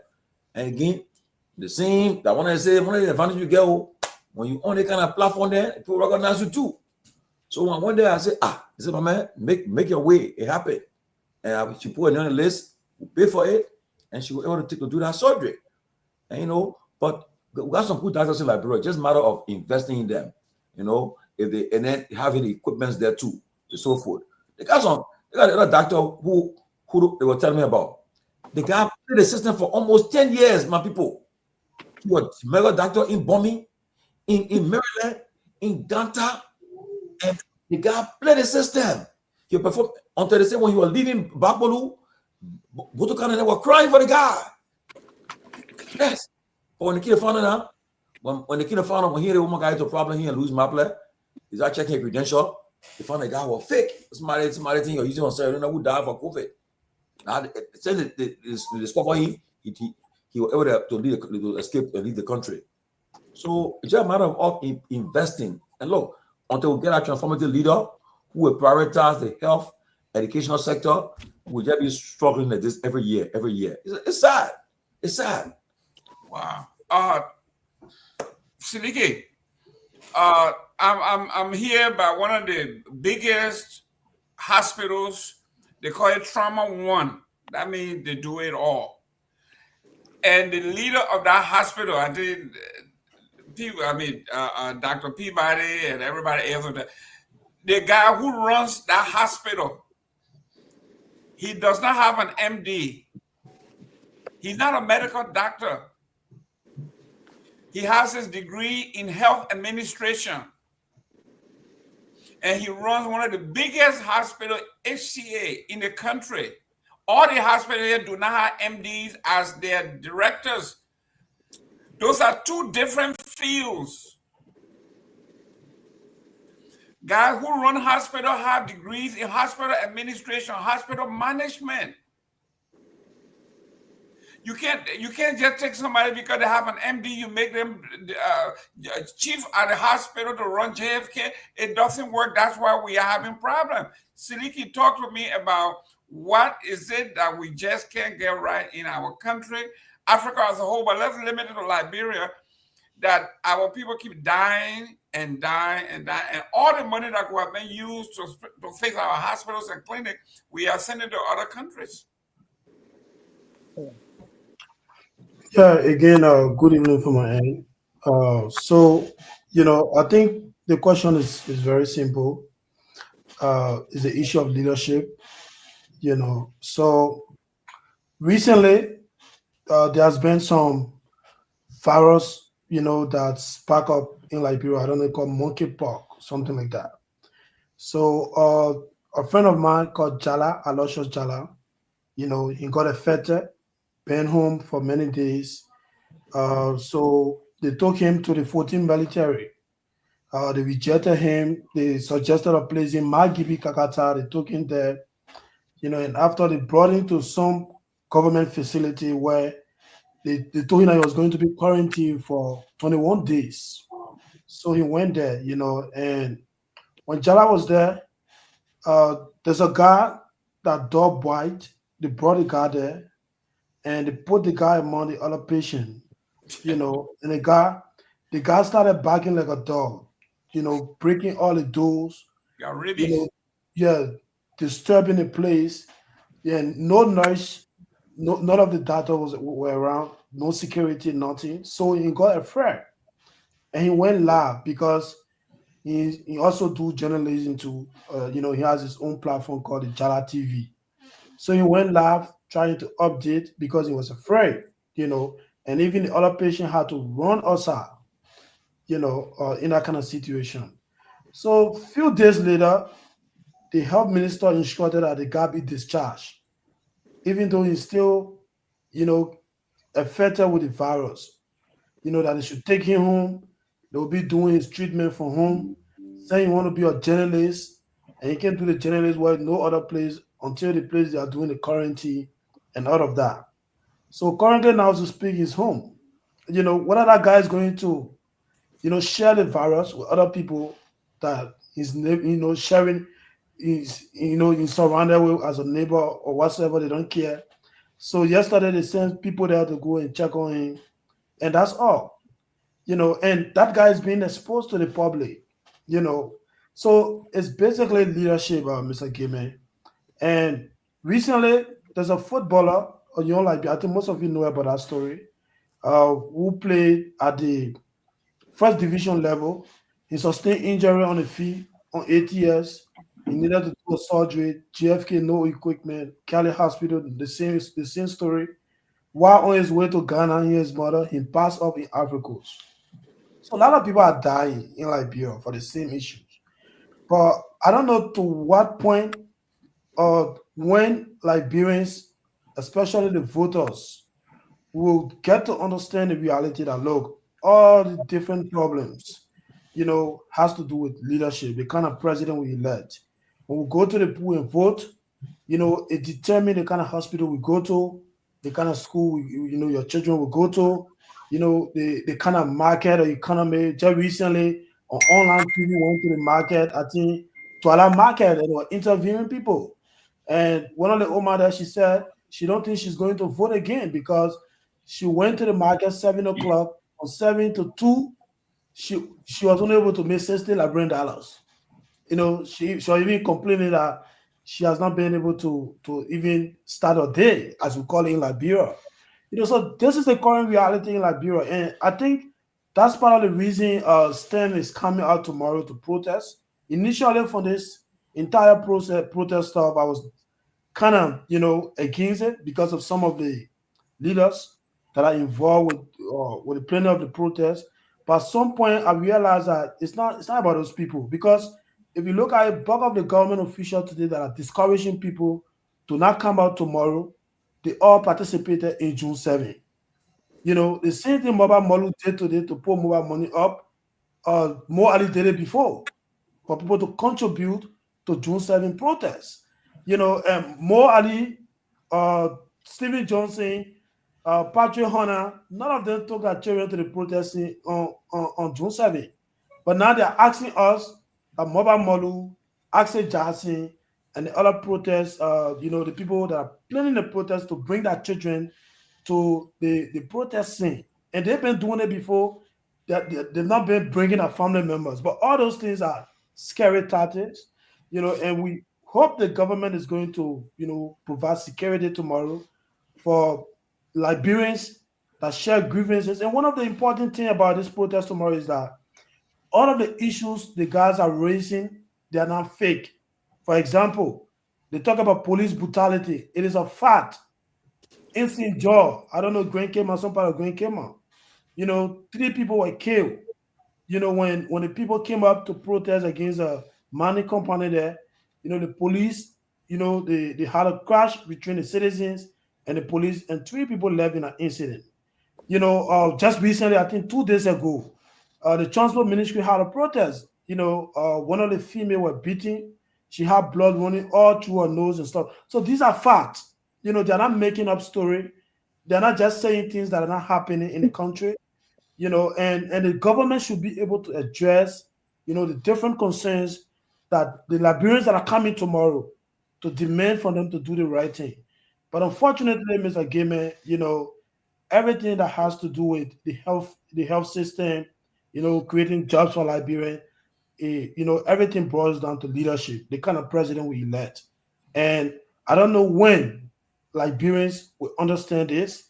You know, as we speak right now, people are projecting Jeremiah Kun to be the next president, which some of us see it as, you know, every Liberian should pray against, because if that materializes, it will be like 100 years step back for Liberia. And I don't think most of you want that.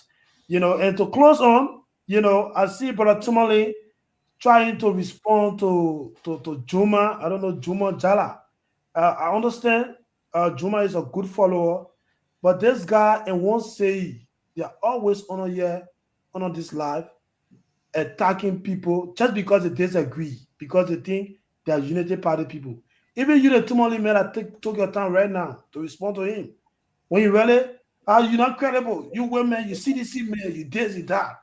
But because he has a concern, you want to share, he's asking so nice and you're referring to you as Brother Tomalin. This is not hypocrite, but you know, and I saw it coming. You know, it's very screwed for him to even be talking about Brother Tomalin. Every day you refer to him, man, he's not credible. He's this, he's that. But today, because you have a concern, you want to speak up, and you calling him Brother Tomalin. Now he's your brother. But when he's speaking about the government, the misstep in the government, you won't say, you're always on here questioning people's credibility, as if to say you guys you have a credibility. So these are people too that contribute to the different inconsistency we see in leaders in Liberia. So it was very necessary for me to point it out. You know, they're always in the comment section attacking everybody on the show once you go against the government, which is wrong. So thank you so much. Let me just say something quickly to buttress that, Mr. Given. You know, Mr. Nagwe said something, and also Sidiki said something. The government, Sarah said that too. The government don't have a priority. The priority is to buy motorbikes for people who are not really trained to drive and be falling all over Monrovia, so that they can say the president got a presidential motorcycle and people, but they haven't trained those people. When Doe was president, those people were trained in Germany and they were well trained to drive those things. How much training have you given those people to be driving around Monrovia? Is that a priority? Is that a priority when you have people dying almost every day at JFK? Is that a priority when folks don't have food to eat? Is there a priority when women go to the maternity ward? Some of them die from common childbirth and things like that. Is that a priority to buy motorbike and stuff? You got $48 million sitting in the civil service fund. You couldn't take $10 million and say, let's spend it on this hospital and let's spend it at JFK. Let's spend it to the maternity center and stuff like that. I mean, to the children's hospital and things like that. These present, past government, they have not made healthcare a priority. Almost every day, 2 to 3 homes get burned in Monrovia. The fire service, the only station in Monrovia. Somebody home burning in Kakata or in Magibi County. They got to call fire service from Monrovia. By the time they get there, those people home got burned. The counties don't even have a fire truck. Each county do not even have a fire truck to fight fire in our country. I did not priority. My friend Sir Joseph introduced a bill in the Senate one time for them to put money in the budget to buy a fire truck. They killed it. Is that a government that having priority? You all concerned about pleasing the Liberian people. Everything. You get the money, you steal it, you eat it, and then when the situation comes, we're begging our international partner to come to our aid. How can somebody help you? You got your own money, you finish eating it, then you're begging for somebody to help you again. You're not even showing an example where you folks can say, you know what, Liberians have tried, they have done it for themselves. It makes sense to come. But you take the money, you eat it from your people, and then when problem comes, you won't beg people for help. You know, that's a shame. Priority. Dr. Peabody, you are the man of God. The finance minister said we should knock on heaven's door. Why are you against a man of God? Say knock on heaven's door. We want you the man of God. You're not doing it, and the finance minister is doing it. He got special relationship with God, and you mad with him. Knock on heaven's door. No, but you know what Peabody said about it. See what they could do. Like I think I saw it in Burkina Faso, right? Where you have in the villages, take these, they got these mobile clinics. Technology is advancing. There are people right now having mobile clinics and people just to cater to the needs of the people in the villages.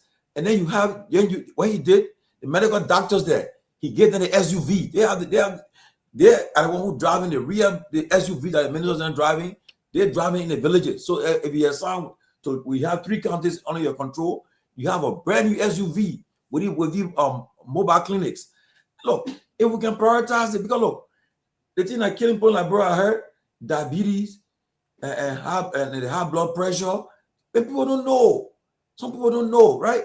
Like the other day, they born. Myean will tell you. After I said Myean, one like went to the hospital. So people I said, look, go to hospital tomorrow. Go check up. And he went to hospital now. He got some blood work to do now. He got some other medical stuff to do. But he just went passing, eating, and move up and down. But because you don't check yourself until you feel something in your body, you know. So I mean, and we in the US, we've been blessed. Your family members in Liberia, you can send them to the hospital. Okay, you can send them to go hospital. Okay, like right now we get ready to send our mother to the eye doctor. Okay, because she got children now. The woman, she was blessed. She born seven human beings. With 7, so one born 7 children. You know, so she all right around and said we'll send her to the hospital. You know, but again, the people we can prioritize our health sector will be fine. Look, just last before, and our friend of mine, he was a journalist. He went to school together, college in Liberia. He came to America a couple of years ago. So what's in that one day? Was there drinking, eating? Then he said, "My man, I've been having a pain in my stomach."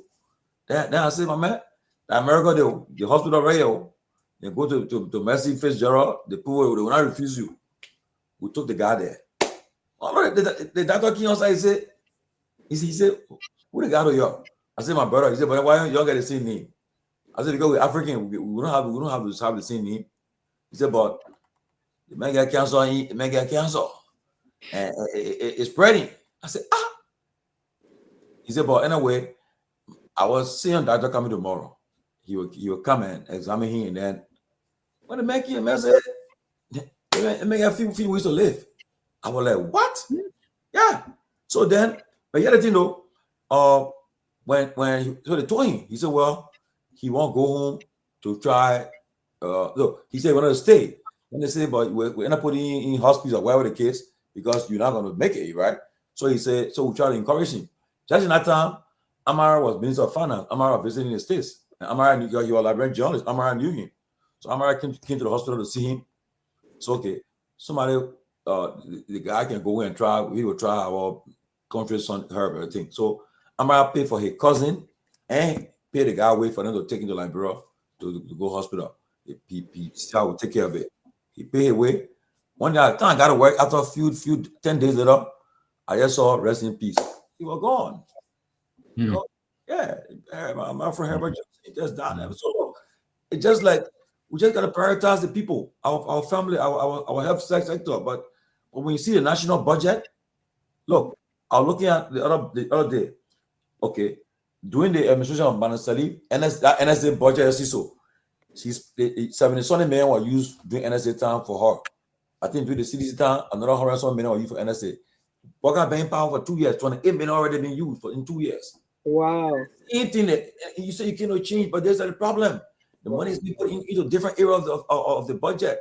And people are suffering. And that country got money. Trust me, Liberia got money, I mean, you won't believe it, but got money. Huh? It's sad. It's sad. So just keep on looking. Well, ladies and gentlemen, let me just quickly, Jerome. Let me tag on to what I know you got to move on. You said something, and even Dr. Peabody, prioritizing. The way we got our priorities. Sometimes even if the resources are not enough, you got to be smart. You talked about Burkina Faso, bringing the hospital to the people if the people cannot get to the hospital. I remember during when you and I were young, Bleedy had the roadways to help. Sensitization. Exactly. Yeah. Miss Kamara was here, and she was talking about how when they were cleaning the dirt from like Monrovia, they were sensitizing the people. What the dirt, the field causes to your health. Sometimes you sensitize the people alone, it helps. We don't even see any of this. So those are the priorities. Some of these things you got to be smart. You don't always have to expend so much resources. But if you prioritize your approaches and you're smart about it, you can make an impact. You educate people. Don't be washing clothes down river and then you go up river, you go and pass your then you're drinking the same water down river. Our people have to be told. You guys standing water. All of this in there, they used to sensitize when we were young. Don't leave the water standing here because the mosquito will follow the water. All those little things.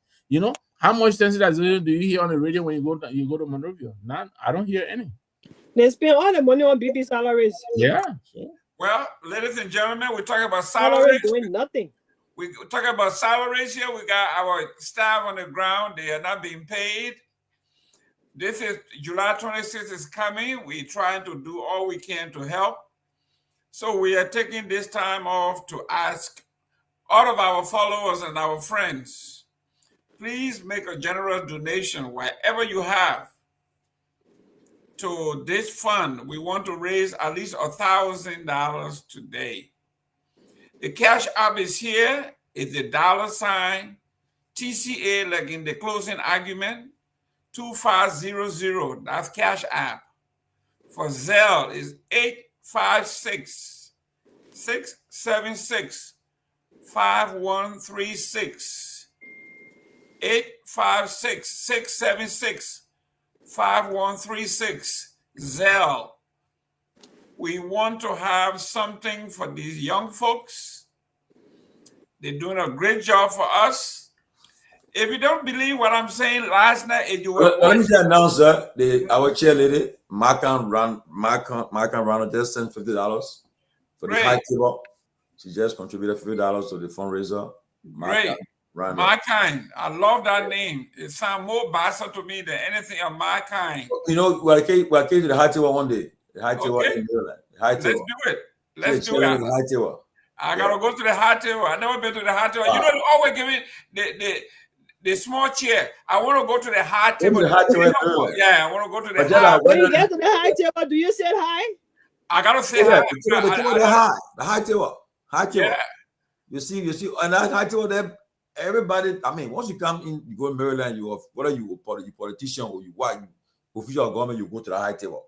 In fact, how to call it, John the high table is the real, but when I want member just passed, Senesi Freeman. So, but we open the mat is there right now. So okay, so my kind at the high table, I love my Long Island iced tea. So tell me if you do a good Long Island iced tea, then you're all right. But ladies and gentlemen, we are now in the mood of giving. Please, let's do us a big favor and donate to the young folks on the ground. their motorbikes. You know, I didn't know that motorbike have that much repair because the roads is bad. Oh yeah.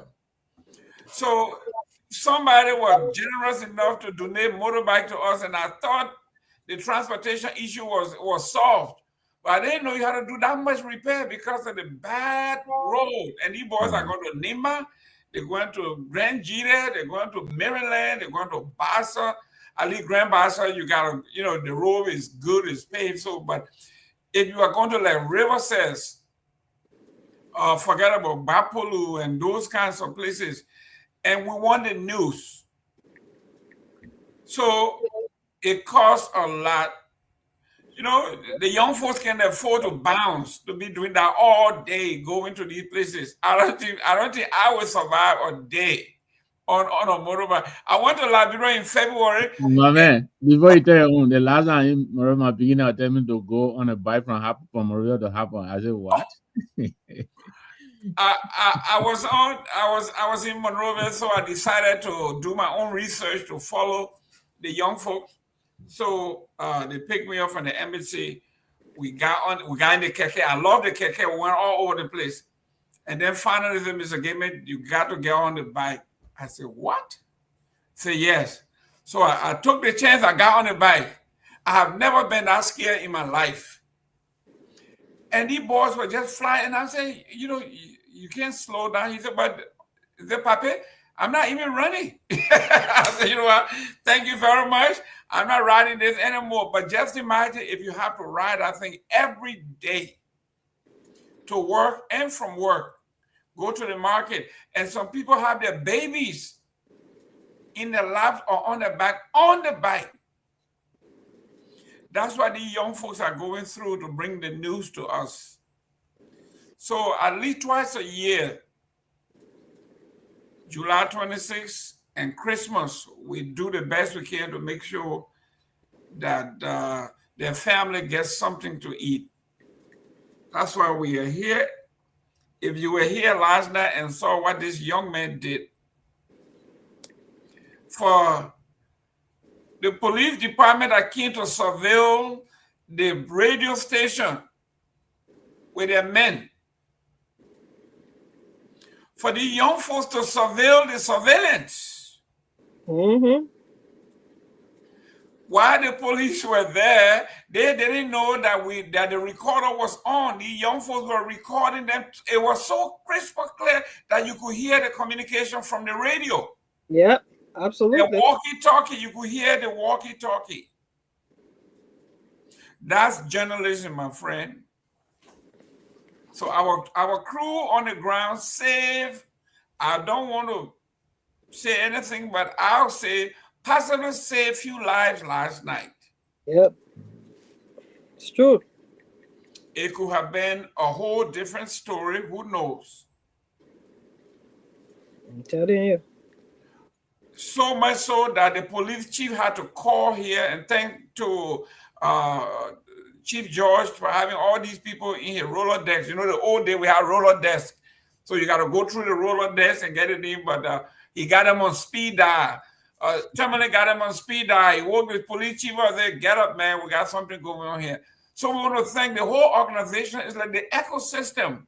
Chief, I want to give you your flower, man, while you're alive, because if I'm in Liberia and somebody try to choke me, at least I can call you and say, they got me. You know, today I was talking to somebody and we're talking about, look, politics, look, is especially our Liberian politics. You know, I didn't know first until when I started going to Liberia, and then I said, but these people on the DNB blasting at each other, fighting. And I remember that night was sitting was at the time Minister McGill was sitting with him, and then he said, "Just watch, ain't you see now yet? All the people come and see you, see who are coming here just now. The people will be cussing on Facebook there. When I look, I think the streets were in power now. I saw our UP friend come in. I said, I said, he said, when I expecting to see us there, right? We're sitting in the yard, in the almost like a dark place. When that one came, I said, Mo Ali, that you? I'm going to like it when they came. I said, I said, let's give him a more better boss. And then to also, also let me say something, right? Like for instance, one person too that you guys you understand, but look, I have noticed that he just don't say nothing. He don't talk about it. Mr. Cummings, right? If I tell you the amount of politicians, the amount of people that man he has helped, and most of them in the government today, so when they be calling, cussing, talking, most of them. I mean, Liberian people. He gave them money that you won't expect, only 10,000. Some of them, and one of them told me, I don't want to embarrass the guy. He told me, I said, but when we are putting and what guy? They empower the eyes that you are. I heard that you are Mr. Cummings was supporting or giving. He said I'll be from you. He said I used to get my team through Mariah. He said, but then why? He said, right now our goal is to move here, and we believe that only Garguah can move here. I said, wow. Look, but you will notice that so many guys that can be insulting a man. I said, but so I want to ask the committee, why he will ask why he was talking, he won't talk it. To say I have the person, you don't do it. I was surprised that President said it when I said, come again, feel that for to his school. I said, oh, and the man cussing the man. I mean, and that's how when people try to when they attack him, I said, look, that man's a good man. He has somebody, he will show off. He will say, let me support and I help. He will call the names, but he don't do it. Even the president today, he helped him before. But you know, you say, I helped that man today. No. Okay? But that's how we behave, But again, they say, what the Bible verse say? Something about, your Sunday school teacher will be mad with you. Hey man, no. He said, let your light show shine. That's right. Before Ben, that it will see. That's right. Hey, there you go. Yes, and I see people, but again, some people don't understand. Like, I'm not doing election. Somebody was cussing up. I thought we were on spoon here. They picking there cussing up. When they picking box, I paid that picking wire fees. I said, oh, you cussing me? And he said, be better, sorry. I said, no. I said, I'm done with you. You cussing because I on your side today. You cussing. And, but again, that's human nature. That's ungratefulness. That's ungratefulness. Look at Kehleboe. Ladies and gentlemen, Kehleboe. Oh, I'm waiting for Kehleboe to come do a donation. Kehleboe, don't hide behind our blue wall. Come on here and make some donation. Give us one peak so we can give it to those guys to eat. Give us one whole peak. We'll give it to them. You got a beef farm over there. Give her one peak. You got money, give her a peak. So like give her your best as well. You can take anything, huh? Martin Willis said, I don't know about that. Oh, Martin Willis in Liberia, in America. Oh, yeah. My man send the money over here into a central account. Don't go give the people peace. Martin Willis, I know you got a lot of money. The cash app is right there. Put the money in the cash app. No cent way business here. So why we collecting the money still? What's the status of the protest tomorrow? Where Ahmed? Ahmed, where Ahmed going to Liberia? Ahmed, I ain't see Ahmed. You want what other man, Arizona? We can look at people and lie on you deliberately instead of defending you. Guys, can we open the line a little bit and get a feel? Yeah, Myean, open the lines. Open the line. The man said, Jaga Kolba took 25K to not attend a protest. I don't know how true is that. Martin Willie is in South Korea. My man said some Korean money. We'll take it. Well, Yake has been very quiet on this protest, so it's possible. I mean, no, Sarah. Not because the man quiet. I mean, I'm not saying he took the money. Now maybe he decided not to take part in the protest because he knowing who he is. He has been very, very vocal. So for him to be quiet, something is not right. That's correct. Ladies and gentlemen, our cash app is the $ TCA, like the closing argument. 2,500. That's all you got to do. I didn't say send me 2,500. The number is TCA 2500. TCA, the $ TCA 2500. We are trying to raise $1,000 today for the young folks. So guys, ladies and gentlemen, please help us out. While we do this, while they are talking about setting up for us to take some calls, we are going to go to this here, and I think this one is good. The incoming Chief Justice of the Republic of Liberia saying our Constitution is obsolete. The Constitution needs to be revisited to address our needs and contemporary issues. We should go back to the Constitution, identify those issues that are not in the conformity with the contemporary realities of today. Find out those issues and address it. Those we have now need to train them to apply justice to that. If you are able to render 10 judgments, at least about 8 of them must be in line with the law. This is what we are lacking now in Liberia, he says. Most of the problem we have here is our lawyers are not going by the ethics anymore. Everybody is doing their own thing. Wow. Yami Kokwe Gbese, Chief Justice. The incoming Chief Justice, I can bet you, Mr. Nangwe, had Bugger asked the National Bar to submit list for, he would not have been one among them. I don't think he would have been. I said, just send me 5 names, and I will pick one of them. You would never put a name there. You would never have been one of those who would have nominated. And that's how other presidents did. They would ask the National Bar Association, please send me 5 names of five judges, 5 lawyers, and I will pick among them which one will go on the bench. But my conviction is, if for any reason Bouaka chose him because of some clandestine, intent for him to do something, in the United Party favor, I think it's going to be very, very detrimental for him and for the United Party government. He is, regardless of whatever it is, he was nominated by Bouaka and approved by the Senate for him to do what is right for the country, not for a particular individual or party. So if he thinks, or if the United Party people think that they got this, they got that, they got the judiciary, and he's going to go be over there and do something that will put the whole country in a mess, he will have himself to blame. All the United Party people will have themselves to blame because the Liberian people will rise up against them. They will not take it. So his best thing is for him to do what is right for the country in the best interest of the country by the law or by the Constitution. But for him to go wayward and think that he can get his way out of it, I think he's going to be. No. I mean, the Supreme Court of Sarah, they are first among equal. That's all. He's their first among equal. They are all. That's all. But you see, everybody got a vote. Right. And I mean, you saw it when during the 2017 election, all the justices ruled, but then Kamina Janet, he right. The Senate vote. But you see, also too, but now, don't mind you now, you heard today, Trump threatened he won't fire the fair chair.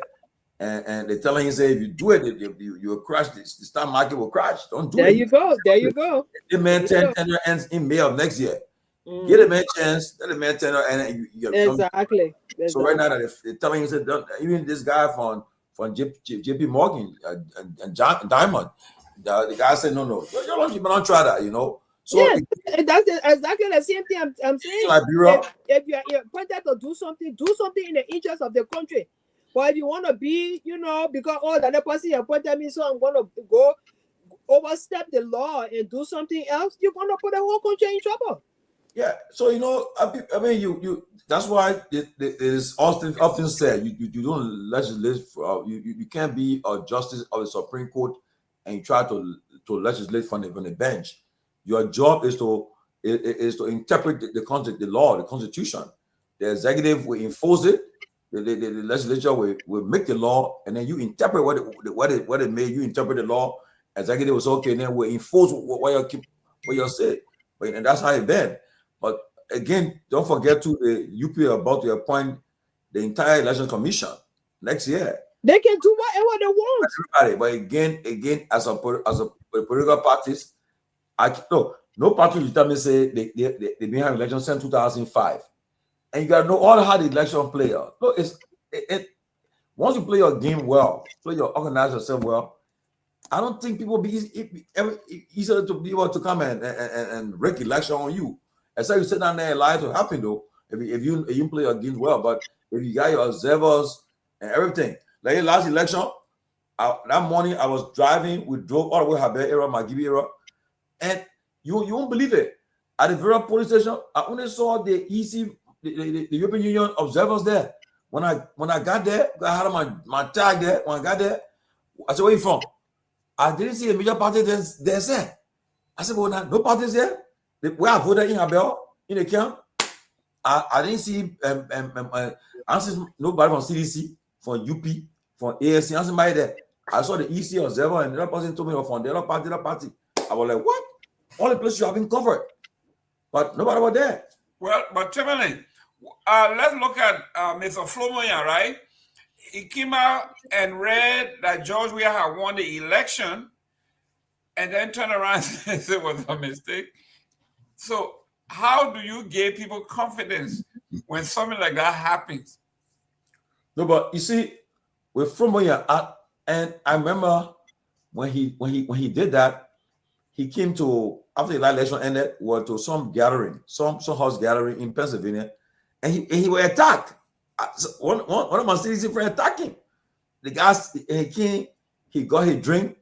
Thank you for saying that. The guy said, "This is a man who called election for CDC, then he switched."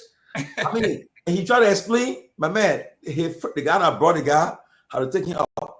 I mean, the guy went after him, embarrassing. And, he didn't see, the guy embarrassing, but according to him, he said he missed, it was a mistake. But again, you have to be very careful. That kind of mistake on national election, people will always question you. I don't believe that all a mistake. That is something that you don't just get up and say. That I see the last night the IG came on here and they say, "Oh, he just came." That man sounded like he was coming for sleeping. That man did not sound like he was coming for sleeping. He sounded like somebody who was up and part of the operation that was going on. Because he came, "Oh, you guys don't give the people relevant and more than what is." Is that something that comes from somebody who coming for sleeping? No. He was not sleeping. So Sarah, you won't believe that I just sent a report to go for that man? Hey man, you won't believe that he sent a report to go to the station?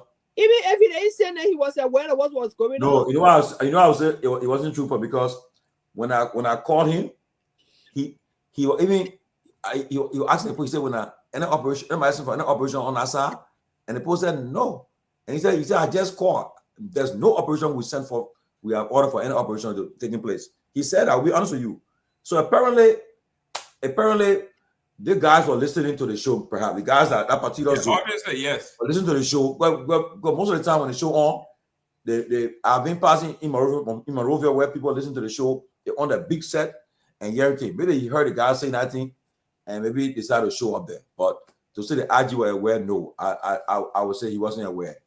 Okay, because he won't say, "Y'all get in the car right now. Y'all go to 2FM and make sure the man is escorted up from there to his home." I don't think it happened that way. I want to believe it. Great. Let me welcome Honorable Russell. Winfred Russell, how you doing, sir? I'm okay, thank you. Good. You saying you came on late. I will hit you hard with the first one here. But I know with due respect to Winfred and welcome, but I was coming, Sarah took my spot.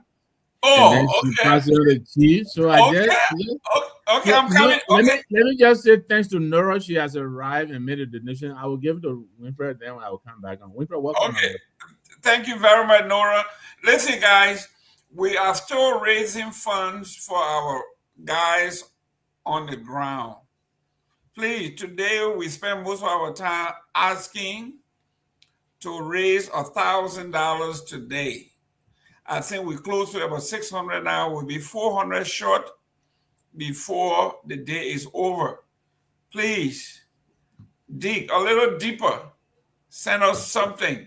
$100, $200, $1,000, even 25 or 50 we do. Well, we know you got your family too, like we all do. But when you turn to these young folks on the ground, they come out here and do their best. They don't ask for anything. They just do it because they love doing it. And hopefully we can reciprocate and say, you know what, thank you for what you have done. So twice a year, we are at 600. Great. Honorable Peabody, thank you very much. We are at 600. We need 400 more to make our goal of $1,000 to give somebody a good 26, the guys and their children on the ground, those who got children. The cash app number is the $ TCA, T like in the closing argument, 2500.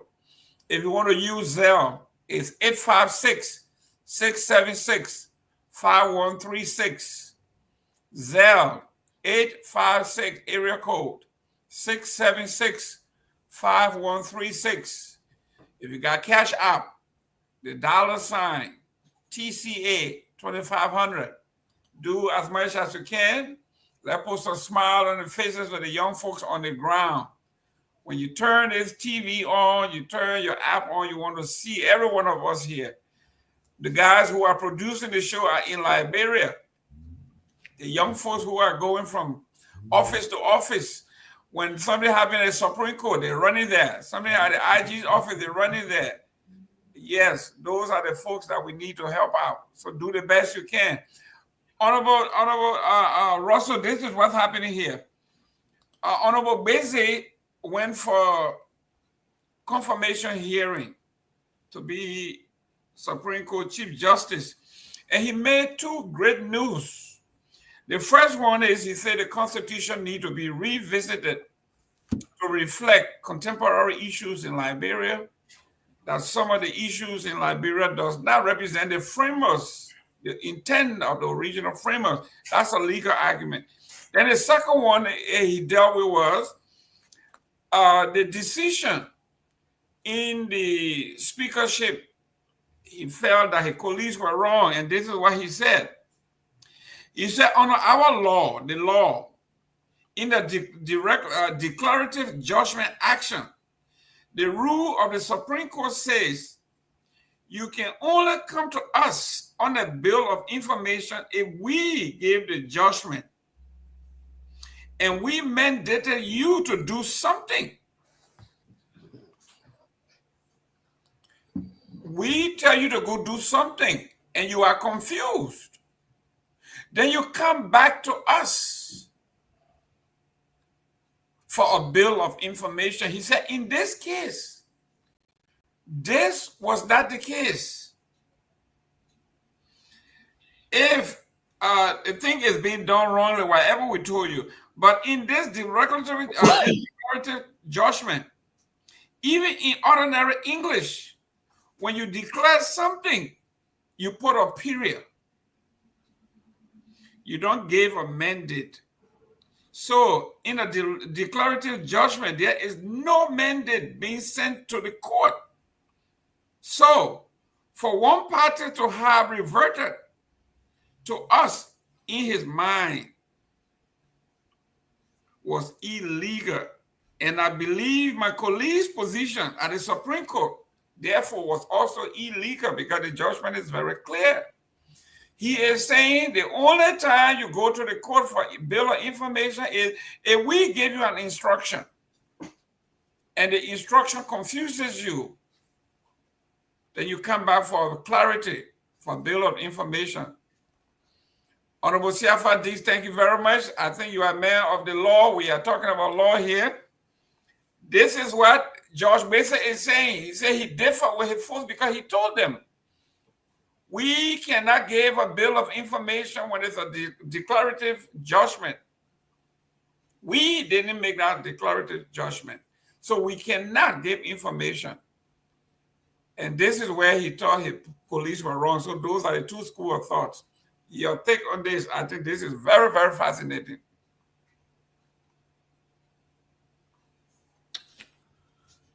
Well, I'm not a student of law, and I did not study law. I mean, but there are some things that are commonsensical about what he was saying. I do agree with the earlier comments that there are reasons to believe that we need to go back to the drawing board, or at least go back to the table to where we can look at some potential amendments to the Constitution, the revision that we have now, because the Constitution it was revised. It was revised in 1986. I mean, because most of what is in the current Constitution is carried over from what was in the original Constitution from 1847. So they just made some revisions in it and protected themselves, especially those who were part of the military arrangement in the country. They protected themselves. They shielded themselves from future prosecution or questioning. And that aspect of it, I think, needs to be revised. It needs to be revisited and clearly amended, in my opinion. But there were other things. There were a whole bunch of things that I think that I believe we need to do to get our Constitution up to our current reality, and that for sure is one of them. That decree, what's it called, Decree 88, where you have protections there for the killing of people and the destruction of the country, the destruction of the place. A lot of people shielded themselves. So we need to go back there and do something about it. I'm also big on ensuring that our Constitution is equitable, and our Constitution doesn't have the current racist clause, that Negro clause that is in it, that restrict citizenship to just people of Negro descent. I'm one of those who believe that that needs to be revised or amended, at least. We are seeking citizenship in many countries outside of Liberia, including in the U.S. I was one of those who at the forefront of ensuring that 30,000+ Liberians were put on the pathway to citizenship here in the United States. And to see us denying others citizenship based on race, for me, it's hurtful. I'd like to see that change. We can put in some stringent, clauses in the Constitution to protect everyone, to protect minority groups, protect women and other vulnerable groups in our society. But to have that clause in our Constitution that bars non-Negro people from becoming citizens, I think that is old, that is archaic, and we need to amend that. We need to amend that big time. So that's my view, on that, Jerome, and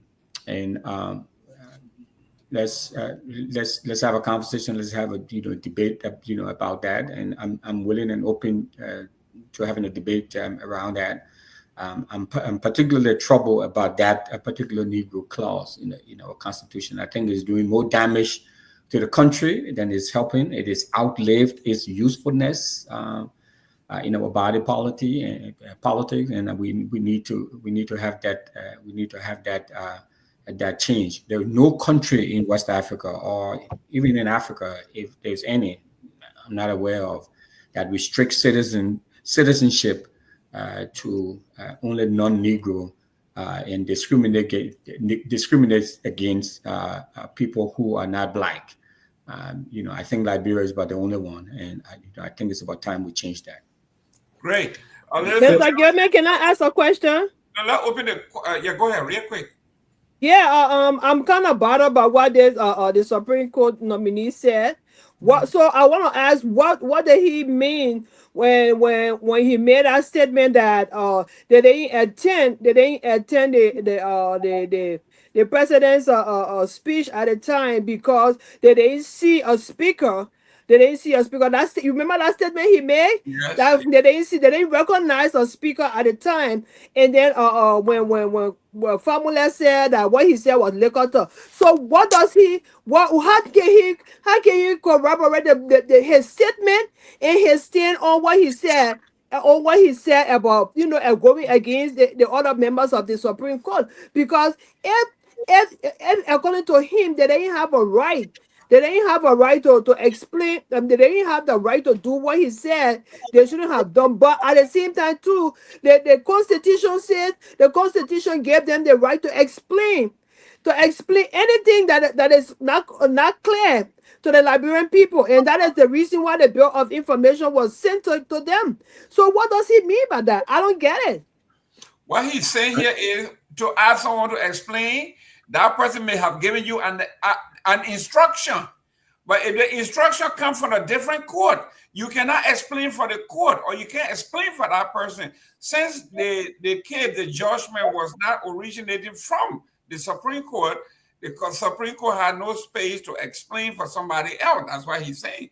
So how was it not from them? I mean, the speaker filed the case to the Supreme Court, and the Supreme Court went ahead and gave a judgment. How was it not from them? I don't get it. He said he didn't give them. He said the law says they have to give a mandate, and they never gave a mandate according to him. But that's a legal thing. If you are a lawyer on here, you come in. Myean, you want to open the line? Let's see who's on there. It doesn't make no sense to me at all. Yeah. The lines are set here from my end. While we wait for the line, I'll just so we can put your course in 07776499986 if you are back home yet. If you want to be a part of the closing argument discussion tonight, you can put your course in 07776499986 plus 231-777-649986. And if you are watching, if you want to place your call, the number is also on the screen. Both USA and Liberia. So let's see where we can take this. First call here on the line. Hello, caller. Your name and where do you call from? I'm Prince W. Cape. I'm calling from FDA inside USC. Okay, make your point. Yeah, you know what I have to say tonight is just things about the protest. For those spearheading the protest, my word to them tonight is for them to put things in order. I don't want a lot of you because the police, this is not the police doing the routine of just we are. The police today, they are more aggressive than the police of just we are. So what I have to say is for them to put things in order, to make sure to conduct the protester, to cancel them before going on the street to protest. Thank you. Okay, so before we take a leave of you, are you still there? Yeah. Okay, here. So do you support the protest? Are you going to be out tomorrow? I should have been out tomorrow, but I received a several call from some family members that I should stay home. Okay. But I support the protest. You know, protest, the law gave all the right to protest, but not to go beyond our limitation. Exactly. Not to go beyond our limit. Our following poll last night up to 2 o'clock, even when the police went at the 2FN gate. But for today, for us to find out what were the main reason, for them, they do not want to come out to say, but the guy who went there, or one Tomalin who went there, who's hearing the Supreme Moto cyclists, it was because of him that they went there. But if one thing again, I have to say, even though the police are aggressive, but they are not more than the numbers of cyclists now with me most around. So we all should know how to live with one another. Thank you. Okay, you're welcome. So let's see what we can take this next caller. 0777649986 plus 231-0777-649986 to be a part of the closing argument tonight. So we are also seeing videos from Stan there, Mobile Kehleboe. We are also seeing video on the social media. They are gearing up for the morning session. We are also seeing it on the social media. So you can put your calls in 0777-649986, 0777-649986. Also on WhatsApp plus 231-777-649986. So let's see where we can take this. Next caller here on the line. Hello, caller. Hello. Well, we are not getting this person. So 0777-649986, 0777-649986. So you can go ahead, Mr. Kehleboe, until we get calls. Great. Mr. Nambe. So we have someone on the line here. We have someone on here. Okay. Hello, caller. Nima, where do you call from? Yeah, all right. So my name is Nadochi Kamoyu, and I'm phoning in from a small resident. Okay, make your point. Yeah, so my issue got to do with the protest issue. Okay, go ahead. Yeah, it is so shameful and disgraceful to see Mr. Molu leading a protest, shamelessly calling himself, an activist, without knowing the definition of an activist. That is being very shameful. Molu who just looked at the state and having behind Torgbean to loot the resources of this country, who have not provided any opportunity for people in this country, is the one leading for somebody to provide opportunity in 1 year, 6 months. But he had behind Torgbean to loot the state resources, enrich themselves, including our family member, but he shamelessly calling himself activist leading protest. It is shameful and disgraceful to our country. Molu must not be taken serious. They are encouraging our friends to not be part of this protest. Thank you. Okay, welcome. So let's see what we can take this next caller. Let's see what we can take this. Hello, caller. Nima, where do you call from? Hello? Yeah, hello? Yeah, Nima, where do you call from? Please stay away from a monitor. Yeah, I'm far from a monitor. My name is Diva Sandy. I'm phoning in this morning for this evening with Chikisu Patrick. Okay, make a contribution.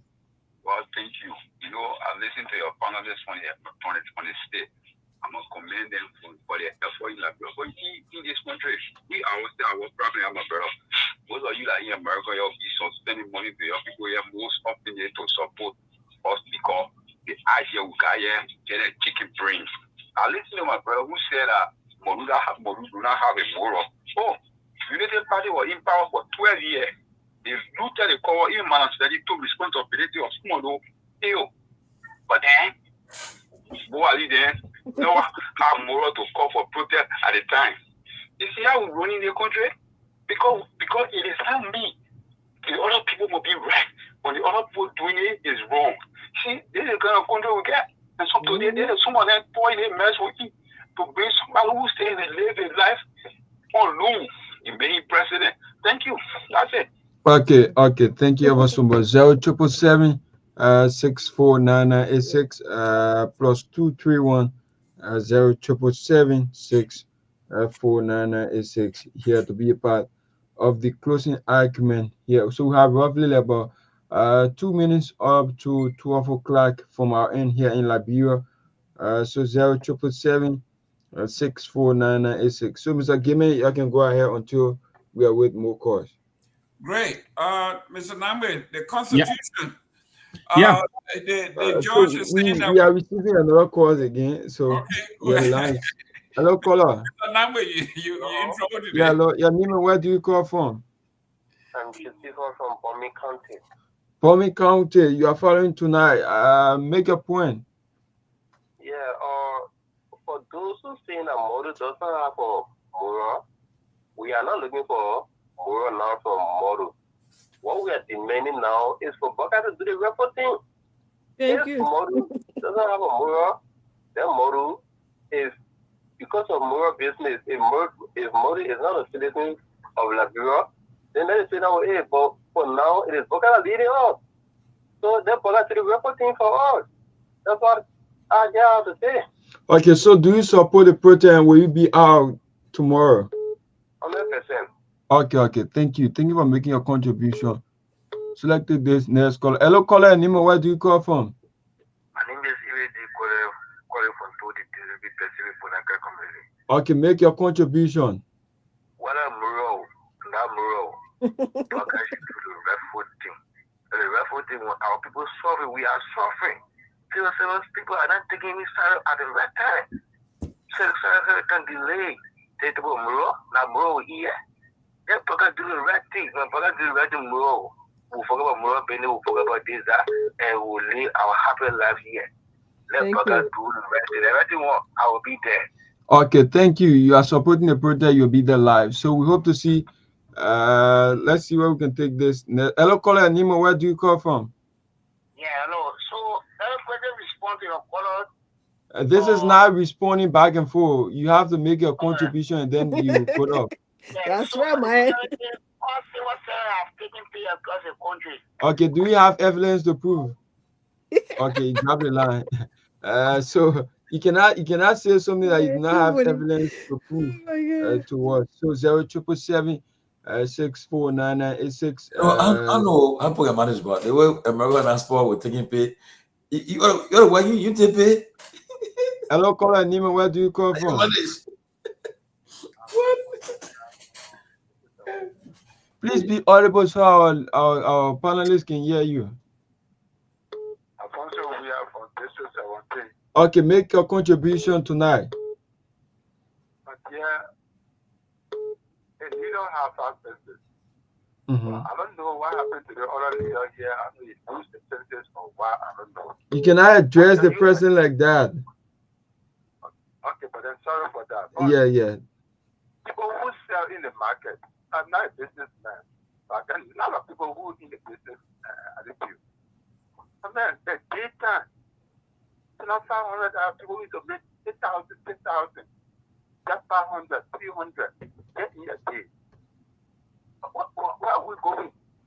We need to impeach them here. We need to. Because they almost are children in the world. So that's so bad.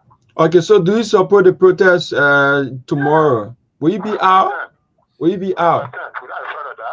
Will you be out? That's what I want to know. Yes, of course. Okay, thank you ever so much. 0777 our 996. Somebody on the line? Yeah, we have another person on the line here. Let's take this caller. Hello, caller Nima, where do you call from? Good morning. I'm Tato Sprang calling from. Okay, make your contribution. We need Waka to do the right thing because one fact. Waka do us plain blended a government for rescue. And now the we are entering to 210. Wow. Now those press controls in this country. Youth that you're talking about, you don't have no job. Now we're sitting at home, we doing anything. Everybody angry one another because the country is very hard. And we expect Waka government to go this way. Some of us saw Bian Waka. We saw Bian Waka did the election. We need a job in the leadership of this country. We elected Torgbean and Torgbean never do better. So we decided to take Torgbean from there and put him the one that had experience in government for so many years. And then now, Waka trying to do the countries. Now we can't understand. The country all the you sitting around there. When you want to move away, embarrassing. We take a care of police behind you. Go stand up there, species people in the kitchen. So everything. Okay. People play a part tomorrow, and police should not empower people.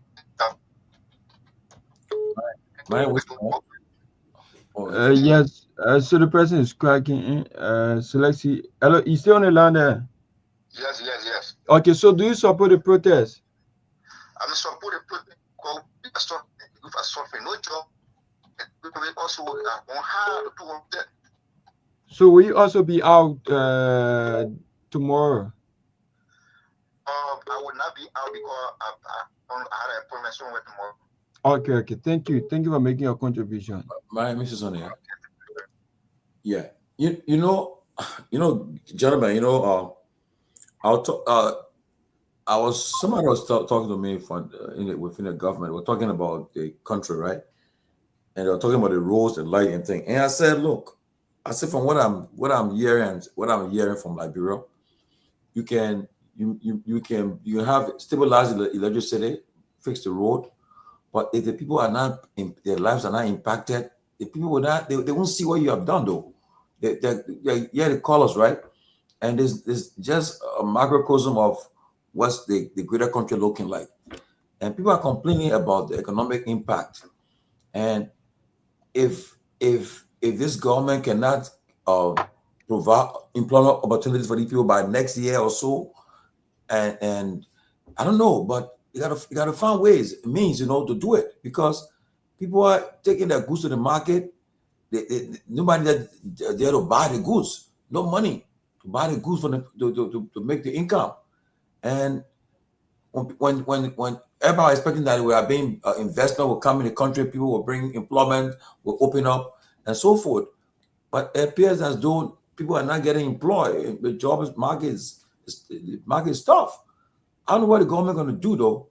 I mean, maybe you guys can weigh in. I don't know what they can do. Maybe if they can cut down their expenditure and give micro loans to people. I don't know, but it's worrisome though. And honestly, in the last couple of months, talking about protests, I'm surprised yet people are supporting the protest. Just it's not only on Spoon. I mean, the closing argument. I listen to some radio stations too. People are all talking about supporting the protests. I don't know, but it's something that people should take it serious, because people want jobs. People want to be employed, and they just cannot afford to be jobless. And then the U.S. rate is going higher, and prices are not changing. The prices are under control. And man, I don't know, but maybe you guys get ideas what can be done to create employment. I don't know. I'm out of words. Well, before I go to Victor here, I just got a note here from someone from the Transport Ministry. It said the government have decided to raise prices on several commodities, from food to transportation to you name it. So because obviously it sounds like because investors are not coming in, there's no new money coming in, so they're basically squeezing the average person. The consumers will suffer, because if you carry the price up, the tariffs, you carry the price up, people, the investor want your profit.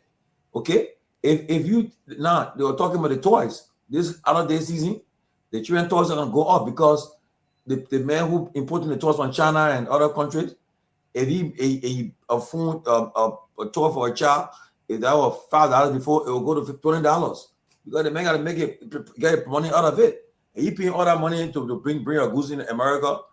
The person who's gonna the end user will pay the price. So instead of them trying to cut down on the scratch card, on a generator or money, because the generator has to get money, instead of them trying to cut down on some of these wasteful spending, they're trying to make things prices high so that the consumers can be the one to suffer it. And while they're sitting now in the offices enjoying the benefits of that, who does that? Who does that? If you are honest about helping your people, the fast salaries that you're making, the benefits and stuff, cut down on them so that your people can have the necessary thing that they need. You don't go ahead and increase prices so that they can suffer it, so they can bear the brunt. It's horrible. And the protest is needed. Mr. Namwe. Yeah, thank you very much. I wait a little bit. I will just make my comment and also close out. I have a Maryland County meeting to go to. So thank you all very much for the show tonight. I just wanted to quickly, because the comments I wanted to make pertain to some of the things that we talked about. One is our friend here, MZ, I think it's MIZ Blessings. I'm not sure how to read that, but they wrote something in the chat about Cummings, not spending the money during these going elections. I think it was Chief Tomalin who was talking about visiting the polling center and not seeing people there. And that person is right that some of the problems, I supported the CPP, I said that over and over. Those are some of the things that we expected. That didn't happen. But now the problem I'm having is Musa Ability, on the other hand, is now spending through the CMC and doing things, and yet people are also still complaining. So it goes back to, I think, 3 or 4 callers ago who said, Liberia, we are our own problem because we can't seem to make up our minds. We don't know what we want. Yeah. So, I will leave it there. On the Chief Justice, the incoming Chief Justice call, I think he's right. Some parts of the Constitution may be in need of amendment. But I think he needs to also temper that with a dose of credibility. He should throw in, integrity in the judicial system. This current government seems to have a difficult problem in their fidelity to the law. I mean, right from the day they came in, they intervened in the Julie Andy case. We all remember that. The legal advisor to the president, who was my very best friend, called the judge to put his finger on the scale of that matter between Prophet Key and Julie Andy. Gloria Musu Scott, she is a family member. My mother was married to a Musu before, so we're very close. Some of my nephews and nieces are Musus. And so I have a closing, but the whole Shalom Musu case, Gloria was we don't know what happened to that case. This government came to power and she was sprung. And there is a body that has left this world. We don't know what happened to that case. When we get to heaven, we'll know. The Fadiga brothers. I mean, why, Kofa and others were spending their night at the South Beach prison. The Fadiga brothers, they put ball in less than an hour. And, so then we don't want to talk about Priscilla Cooper, So if he's going to talk about, amending the Constitution, then he should also talk about integrity in our judicial system, because right now the judicial system is taking a beating, whether intentionally or whatever it is. But something needs to be done to bring it back on track.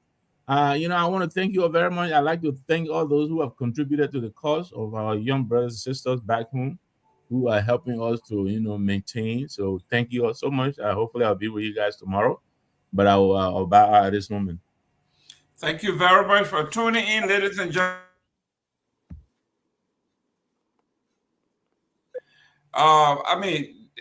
This is, when we talk about the revision of the Constitution, I know Mr. Russell talked about something that is very dear to him. And I have to admit, when I came to the States, I was of the opinion that foreigners should not own properties and all that. But then when I saw the United States selling the World Trade Center to the Japanese, and then I spoke to Honorable Michael Dukakis and I said, isn't this insane? He said, Jerome, what are they going to do with the building? Are they going to take the building to Japan? Are they going to... So I'm looking at this and I'm saying to myself, okay, now it makes sense. If we don't have the finances to develop our nation, and someone has a lot of money and they wanted to come and put a mall or something, why should we say, well, your skin color doesn't jive with ours, so you can't be citizen, you can't own land, you can't do this again. So what the guy does is he rents the place, front, takes the money to India or takes the money to someone. So we have to find a way to address that clause. I think, like he says, the time has passed. And while he's at it, they can also look at the tenure positional thing the term of reference. 9 years for senator, 9 years. It's a decade. The reason that our lawmakers have no fear, no respect for us is because everything in there is guaranteed. You can't even do a recall because the recall has to go to the House and the House has to vote on it for someone for their colleagues to be recalled. The Constitution needs an overhaul extensively. I mean, we're not talking about nipping around the edges. We're talking about an overhaul. Mr. Russell, this one, I think you have a point. If you are listening, if you are a legal mind, we are not lawyers here, but we have a say-so. Yes. Mr. Russell. You're muted. Oh, yeah.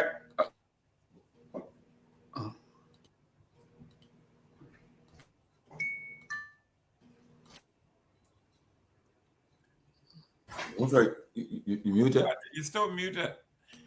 Yeah, Oh, we can hear you.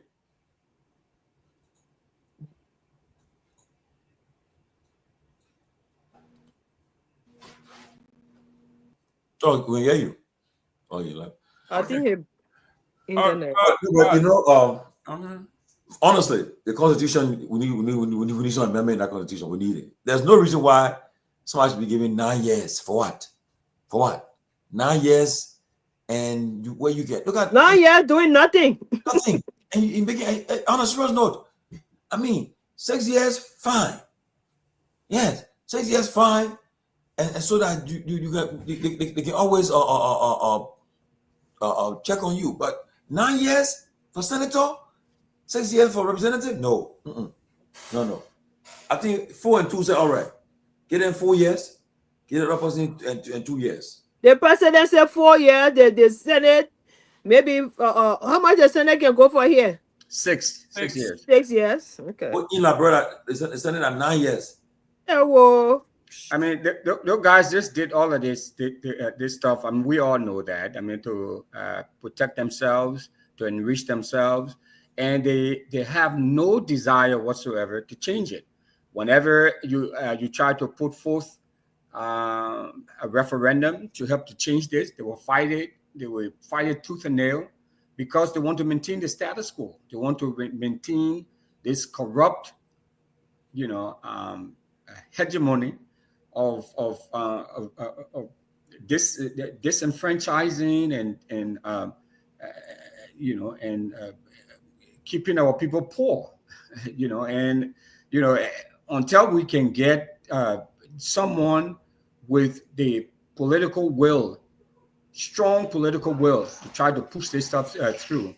I mean, we're going to continue, in this sort of vicious cycles, kind of like the hamster, in the wheel. It's just keep turning and keep turning. It's not going anywhere. I mean, 9 years is just it's. I mean, like it's horrible. You said it's like a you decade. kidding me? It's like 9 years doing what? After 2 terms. I mean, you've been there 18 years already. A child that was born, you can already vote by that time. I mean, yes. Everybody knows this. We talk about this over and over, and we've spoken about this. Many people have written about it. We talked about this, and then we go back to continue on what we're doing. None of us making any sort of move to ensure that this gets changed. I mean, whoever gets there, become president, they have no desire to change it. They want to maintain the status quo, and so you have a very small group of people, on top of the food chain, benefiting. And that's why I thought President Sirleaf, especially during her second term, she would have changed this. But sadly, I mean, she didn't, because she had people there who were pushing it, and I think there was a referendum, even during Myean time, and then it was couched in sort of way that he was demonized, and because it's not in these guys' best interest to do that. The sad thing is, they have to vote on it. They have to vote on it, right? So if they have to vote on it, they're not going to do If it. a referendum, they don't have to vote on the referendum. But you know, doing we are administration. No, but when they put it, they the referendum, they even agree for it to get on the ballots. Yeah, we have to agree to. Yeah, we have tried, right? But what happened was, and I don't know, but honestly, people was like, and people voted down. I guess the Liberian people have to protest for that one too. They said, "Oh, we are a play trick." But that was just part of the propaganda. Yeah, and so I think I told Magay, you guys should account for so to because people just had a mindset that and I think it was sincere. We was sincere in our referendum. He was sincere and look, let us change this thing. They don't reduce these years. But the people say, oh no, it will vote for it. It will benefit we are. But it was clear, it wasn't going to benefit we are. No, it was going to take effect for the next election. The people are coming. So he would only have another term. That's all he would have had, and another 6-year term. That's all he would have had. But they said, oh no, it will benefit him. He will be run for a third time. And the high camp, they carried that propaganda. They say UP folks though, oh man, you did on there, carried that propaganda there and it worked. And the referendum was defeated. Now, President Boga has a choice. He could be a consequential president in the sense that he could do a lot of things he can do right now. By 2029, he'll be about 85 years old. He ain't supposed to run, but he could do a lot of changes right now that will hurt him. You see Trump today, what Trump said today, when we're talking about the Jeffrey Epstein case, he said, I don't care for y'all. What you talking about his Magapo? He said, I don't care for y'all. Y'all leave me alone. He said, I don't care. He said, you're stupid. I don't want to deal with y'all. I don't need y'all anymore. You see? He said, I don't need y'all anymore. The MAGA, all the MAGA people. He said, I don't need y'all anymore. You're the Democrat fool y'all. You're talking about they kill the man and die, what's that? That man case you want to bring us there. He said, I don't care for y'all. I mean, he pushed that aside. He won't hear about it because Trump, he got no lose. Trump, second term over. He gets second term, he finished. Okay? He got no lose. But the other people, if Boga could do it, he said, look, I'll put a referendum up. You're try it. You reduce this thing. Let's do the XYZ. End of the day, he will be one of Liberia's most consequential president. I hope he still got 2 or 3 years. I hope Boga can think about it and say, look, let's do the constitutional amendment. Let's go back to the board. I hope he can try it. And I'm sure if he do it, he will pass. I'm sure he put it will pass. Because it makes no sense, man, people, to be paying people gave somebody 9 years job doing nothing. Look at Bodo Kane. I saw her today walking on. I tell you, I saw that video. That woman for what? After almost 9 years, you on the ballot and she won't run again. She won't run again. Look, I don't know, but those who are up for re-election, I know the pro-tem is up for re-election. My friend and brother didn't offer re-election. A lot of people for re-election. I think Snow over re-election too, 2029. It will be a tough one. Even the guy who took Jeremiah Kuhn's place, he offered re-election too, because he finished in Jeremiah Kuhn's term. So they offer re-election. And it will be a fight. If people can only focus and support candidates run for the Senate and the House, maybe we'll help them. They can change. But right now, people are fighting to be re-elected. Let me read this thing from the National Police, LMP. It said, meanwhile, in keeping with its duty to maintain public safety and order, the Liberia National Police has officially released the designated protest route along with clearly defined access restrictions. These directives will be strictly enforced throughout the duration of the protest. Restricted areas, no entry permitted. Road from the executive mansion to the Capitol building. Road leading toward Busse Quarter.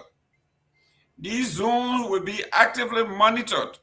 Anyone found within these restricted areas, especially motorcyclists, will face legal consequences, including impoundment of motorcycles under existing law. Approved routes open for assembly. Starting point, City Hall. Route, main Torgbean Boulevard passing University of Liberia. It ends at the road leading to the National Police Headquarters. Police personnel will be strategically deployed among those corridors to observe, secure, and facilitate peaceful protest conduct. No motorcycle will be permitted along the routes or in restricted zones. Violators will be held accountable in accordance with law. The Liberian National Police remain fully prepared to safeguard all citizens, uphold national law, and preserve public order. We thank the public for the cooperation and continued commitment to peace. Signed, DCP Cecilia G. Clark, spokesperson, Liberia National Police. Their telephone number 077-0800-122. That's from the live.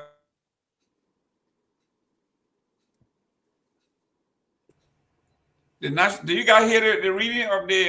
Yeah. Okay. The police is saying they have designated areas. They have other areas that they won't let you to go, and XYZ.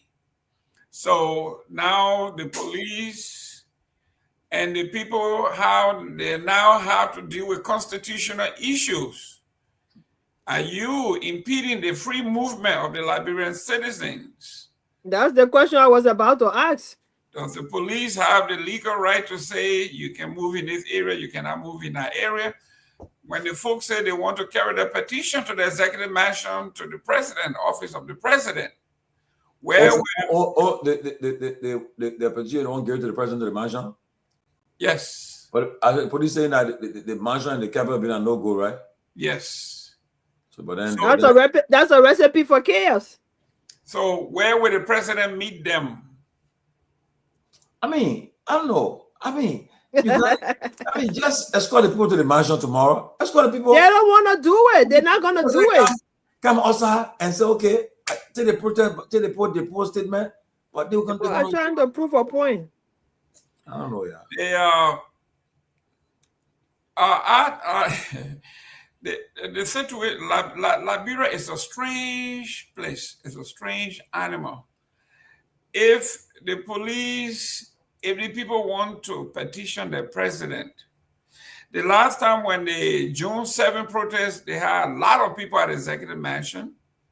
The police did their best. There were no problem. They brought a petition. People came out, got it, and they left. We didn't see any shooting. We didn't see any looting. We didn't see anything. It was peaceful. Thank God to the guys who organized it. Thank God to the police. They work it out. And it was a win-win for everybody. So we are hoping that wisdom can prevail tomorrow, that we're going to have a peaceful protest where people make their point and they go.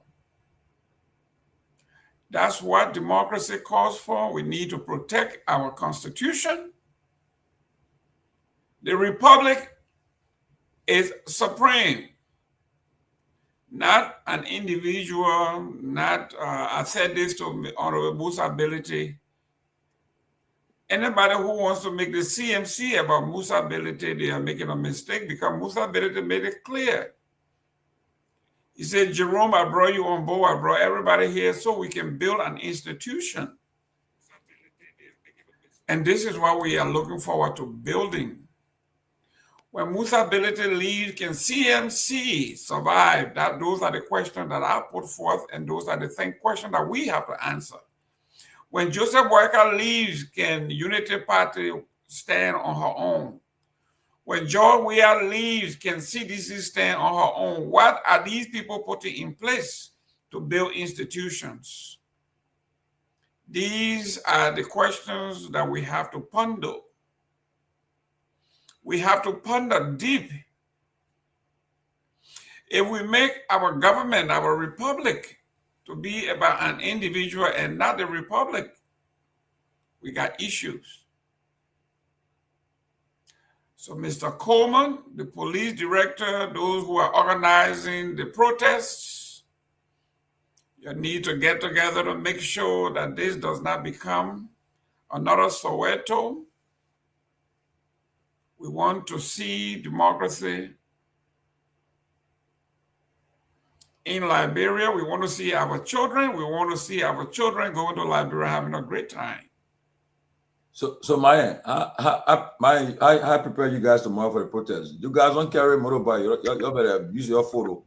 No, we are not carrying motorbike. We will just go get in car from our various location. Then we will do like patrolling around, because at the various point where they are going to be picking them up, we are going to patrol the various point, like doing a build up ahead of the protester to arrive. So we are going to go to various places and then come back at Capitol building, where we are going to be at, and then cover from all angles. So where your phone to the program recognize you. Don't go. Yeah, that person will say you. Yeah, they didn't recognize you. No. We have already prepared everything. It's just like we just want to see like they have already prepared, and then we start going on. I have a very good drone. Don't worry. You guys will have lunch. Everything will be available. Yeah, I'll let Myean go get some sleep. Yeah, Myean, I have a beautiful drone that maybe I need to donate to you guys. I can fly June. Okay, there you go. Mr. Chairman, Big Boss, can I read a CDC statement? CDC issued a statement just now. Oh, okay. Yes, go ahead. Okay, this statement is from the chairman of CDC, Janga Kowo. CDC official statement of the national chairman. As we have formally endorsed the people's protest set for tomorrow, July 17, 2025, we issue a clear and unwavering warning to the government of Liberia. Respect the constitutional rights of all protesters. The right to peaceful assembly is not a favor from the state. It is a fundamental guarantee on our democracy. Accordingly, all executive committee members, lawmakers, national stewards, former government officials, and members of the opposition community who identify with the Congress for Democratic Change and stand with the Liberian people are hereby instructed to assemble at the party's national headquarters at 9 a.m. sharp tomorrow. From there, the CDC will march in full solidarity with the Liberian people, united in voice, purpose, and conviction. This is not just a protest, it is a declaration that government must serve the people, not rule over them. Let history record where we stood. Let the people see who stood with them. Signed, National Executive Committee, CDC. Wow. Well, Mr. Russell, what can we say? What can we do? We are the wise men and women. What can we say to safeguard the Republic?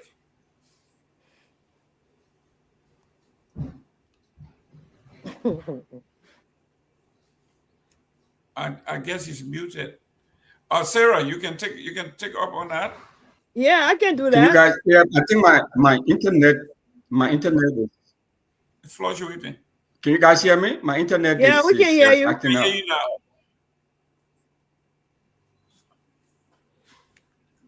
We can hear you. So, Mr. Gayman, I think what we can do is to urge our people to be peaceful. They should not be confrontational with the police. They should be peaceful. At this point, I will advise the head of the protest to communicate with the police directly what their route's gonna be.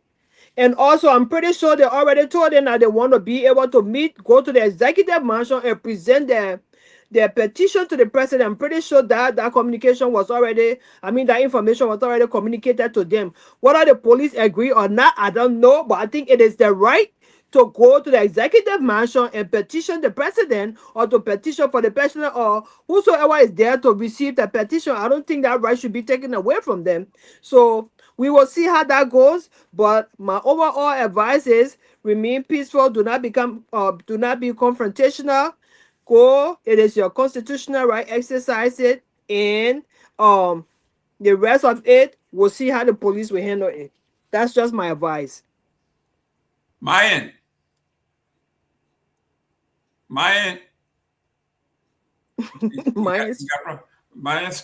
is frozen. I think Tomalin, we gotta let Myean go. Yeah. Myean need to get some sleep. Yeah, we need to get some sleep and get going tomorrow. Ladies and gentlemen, it has been let's have party comment 8:45. We can call. Yeah. Okay. So here we are. Sarah, your parting comments. My parting comment will be great show tonight. We are urging. From me, I'm gonna say if you think everything is okay with you, then sit at home. But if you know that everything is not okay and you know that this government is not proceeding well, go ahead and join the protest and exercise the constitutional right. The country is not going to burn. It is your right to protest. It is your right to engage your president. It is your right to tell your president how you feel, but in a peaceful manner. And so go out there, exercise your right. Protest was right yesterday. It is right today, and it will be right tomorrow. Do not let anybody intimidate you. Do not let anybody fool you to say anything. Do not listen to the UP people. They did it yesterday. They feel that it's not good today, which is wrong. It is your right to protest. Go ahead and exercise that right, but let it be peaceful, and everybody can leave from there and go back home safely. And I'm also urging the Liberian National Police to exercise restraint. We know from the beginning of this government they have been very lawless and mistreating people, which is not a good image for the country, especially the government that is already on the UN Council, Peace Council. They need to exercise restraint. They need to portray that peaceful nature of a nation that we have, and they need to respect the rights of the protesters. So I wish them all the best, and I wish Liberia all the best. Thank you. Well, ladies and gentlemen, this is our republic we are talking about. If the police chief you explain, Taya. The police chief, if he's listening, the Inferno,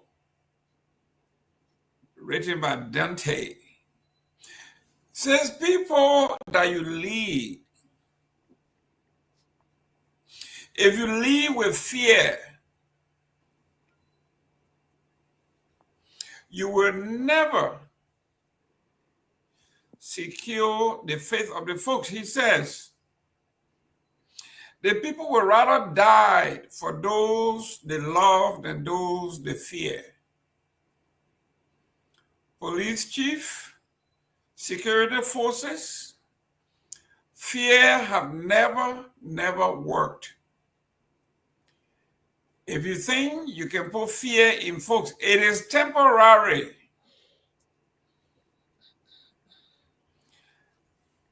When we say water, when we talk about the system of osmosis, water will flow where there is a vacancy. If you beat people and break few bones, they will go home. But guess what? The unemployment rate will still remain high. The price of utility will still be high. The issues are still there. It's all about dialogue and understanding the plight of the opposition. Let's dialogue. Even the finance minister just said it. He can raise $1 billion. If the different agencies are not spending the money where it's supposed to be, $1 billion means absolutely nothing because it will have no impact on the folks. That's why the white man calls serving. You are serving yourself. You are preaching to the choir. When George Weah were building roads and turning on lights and everything, the people said, that road we will eat, that light we will eat. But the table have turned. You cannot make that claim anymore that you are building roads. A woman who is selling in the market, she said she was making $6,000. Now it's down to $3,000. Not $3,000, but $300. From $6,000 to $300 a day. $300 is what? $1.50? Yes, because they say the rate is now $2.10. So she's making $1.50 a day. You can beat people all you want. That will not improve the lives of the people.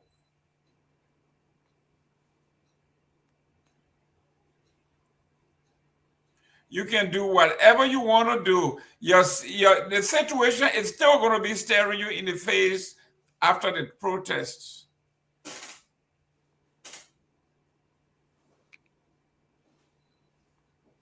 And for my brother, Joe Manjala. Now you're the one giving Joe Manjala relevance. That's why he keep posting Tabata. For folks, he will lay the highway. For folks who were in government and thought they were almighty. The man got to defend his person in check that can come to him. Thank you very much. We'll cover the show tomorrow. I wish I've known that we don't have a drone, but I will have given my drone. It's in Buchanan to the guy. Hey man, Chairman, be boss. You are sending that drone to the boss there, man. Yeah, and they will have surveilled the whole city. Well, I will make sure to get a drone. I will make sure. Definitely. Your guys from Buchanan, they late. We tell them to come. Yeah, it's kind of late, but we'll get them. We'll get them a drone. Chief, take us out. Your final comment. Well, thanks again, man. Look, tomorrow let's wish the protesters the best, everything to go well. On our constitution is their right to protest. If they have grievances to present to the government at any point in time, elected officials, and they are exercising those rights tomorrow. Let's pray and hope that all will go well. The police will be at their best and in the highest degree of professionalism, allow the people to protest freely and respect their rights and make sure that everything will be fine. I trust that the police are prepared for the protest and they are going to provide a corridor and give them the peace that the people deserve to protest. And there will be no, we pray and hope there will be no confrontation. People will exercise their rights accordingly. Like I listened to Representative Foko today. He said the protesters should also realize that those who will not be protesting have their rights too, and they have the right not to protest and the right to move about freely. So I pray the police will serve as that buffer zone where they will allow them to protest freely and will guide them in the process. The question I was asking, I have not gotten the answers yet. To tomorrow, is the protest going to only be for tomorrow, or they're going to last, or if they don't get a statement, will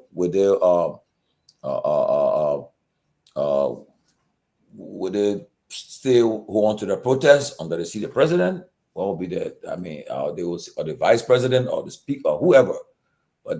So I haven't gotten those answers, so I don't know. So let's pray and hope that the president will come or receive his citizens' protests, speak to them, and give them a time frame, maybe how he will address it or what they're going to do.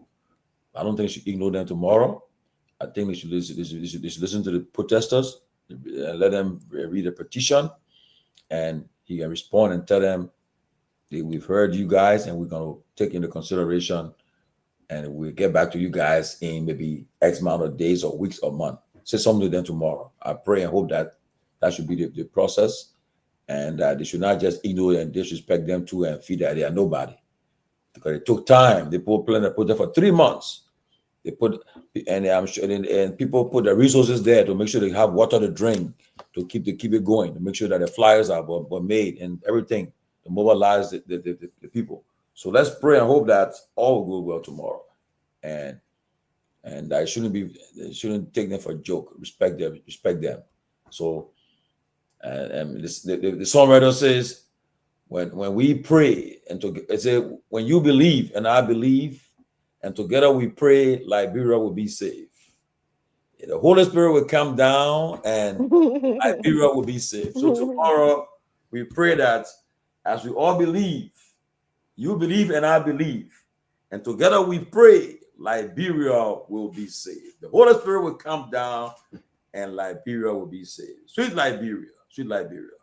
So we'll conquer the world. Let's pray for Liberia tomorrow. Amen. Thank you, Mr. Gayman. Big boss. Yeah. Bassa people, all the Bassa people, they are lawyer and preacher. No two things, you can't separate it. They are lawyer and preacher. All of them. Thank you very much. And all right, guys. God bless. Have a good night.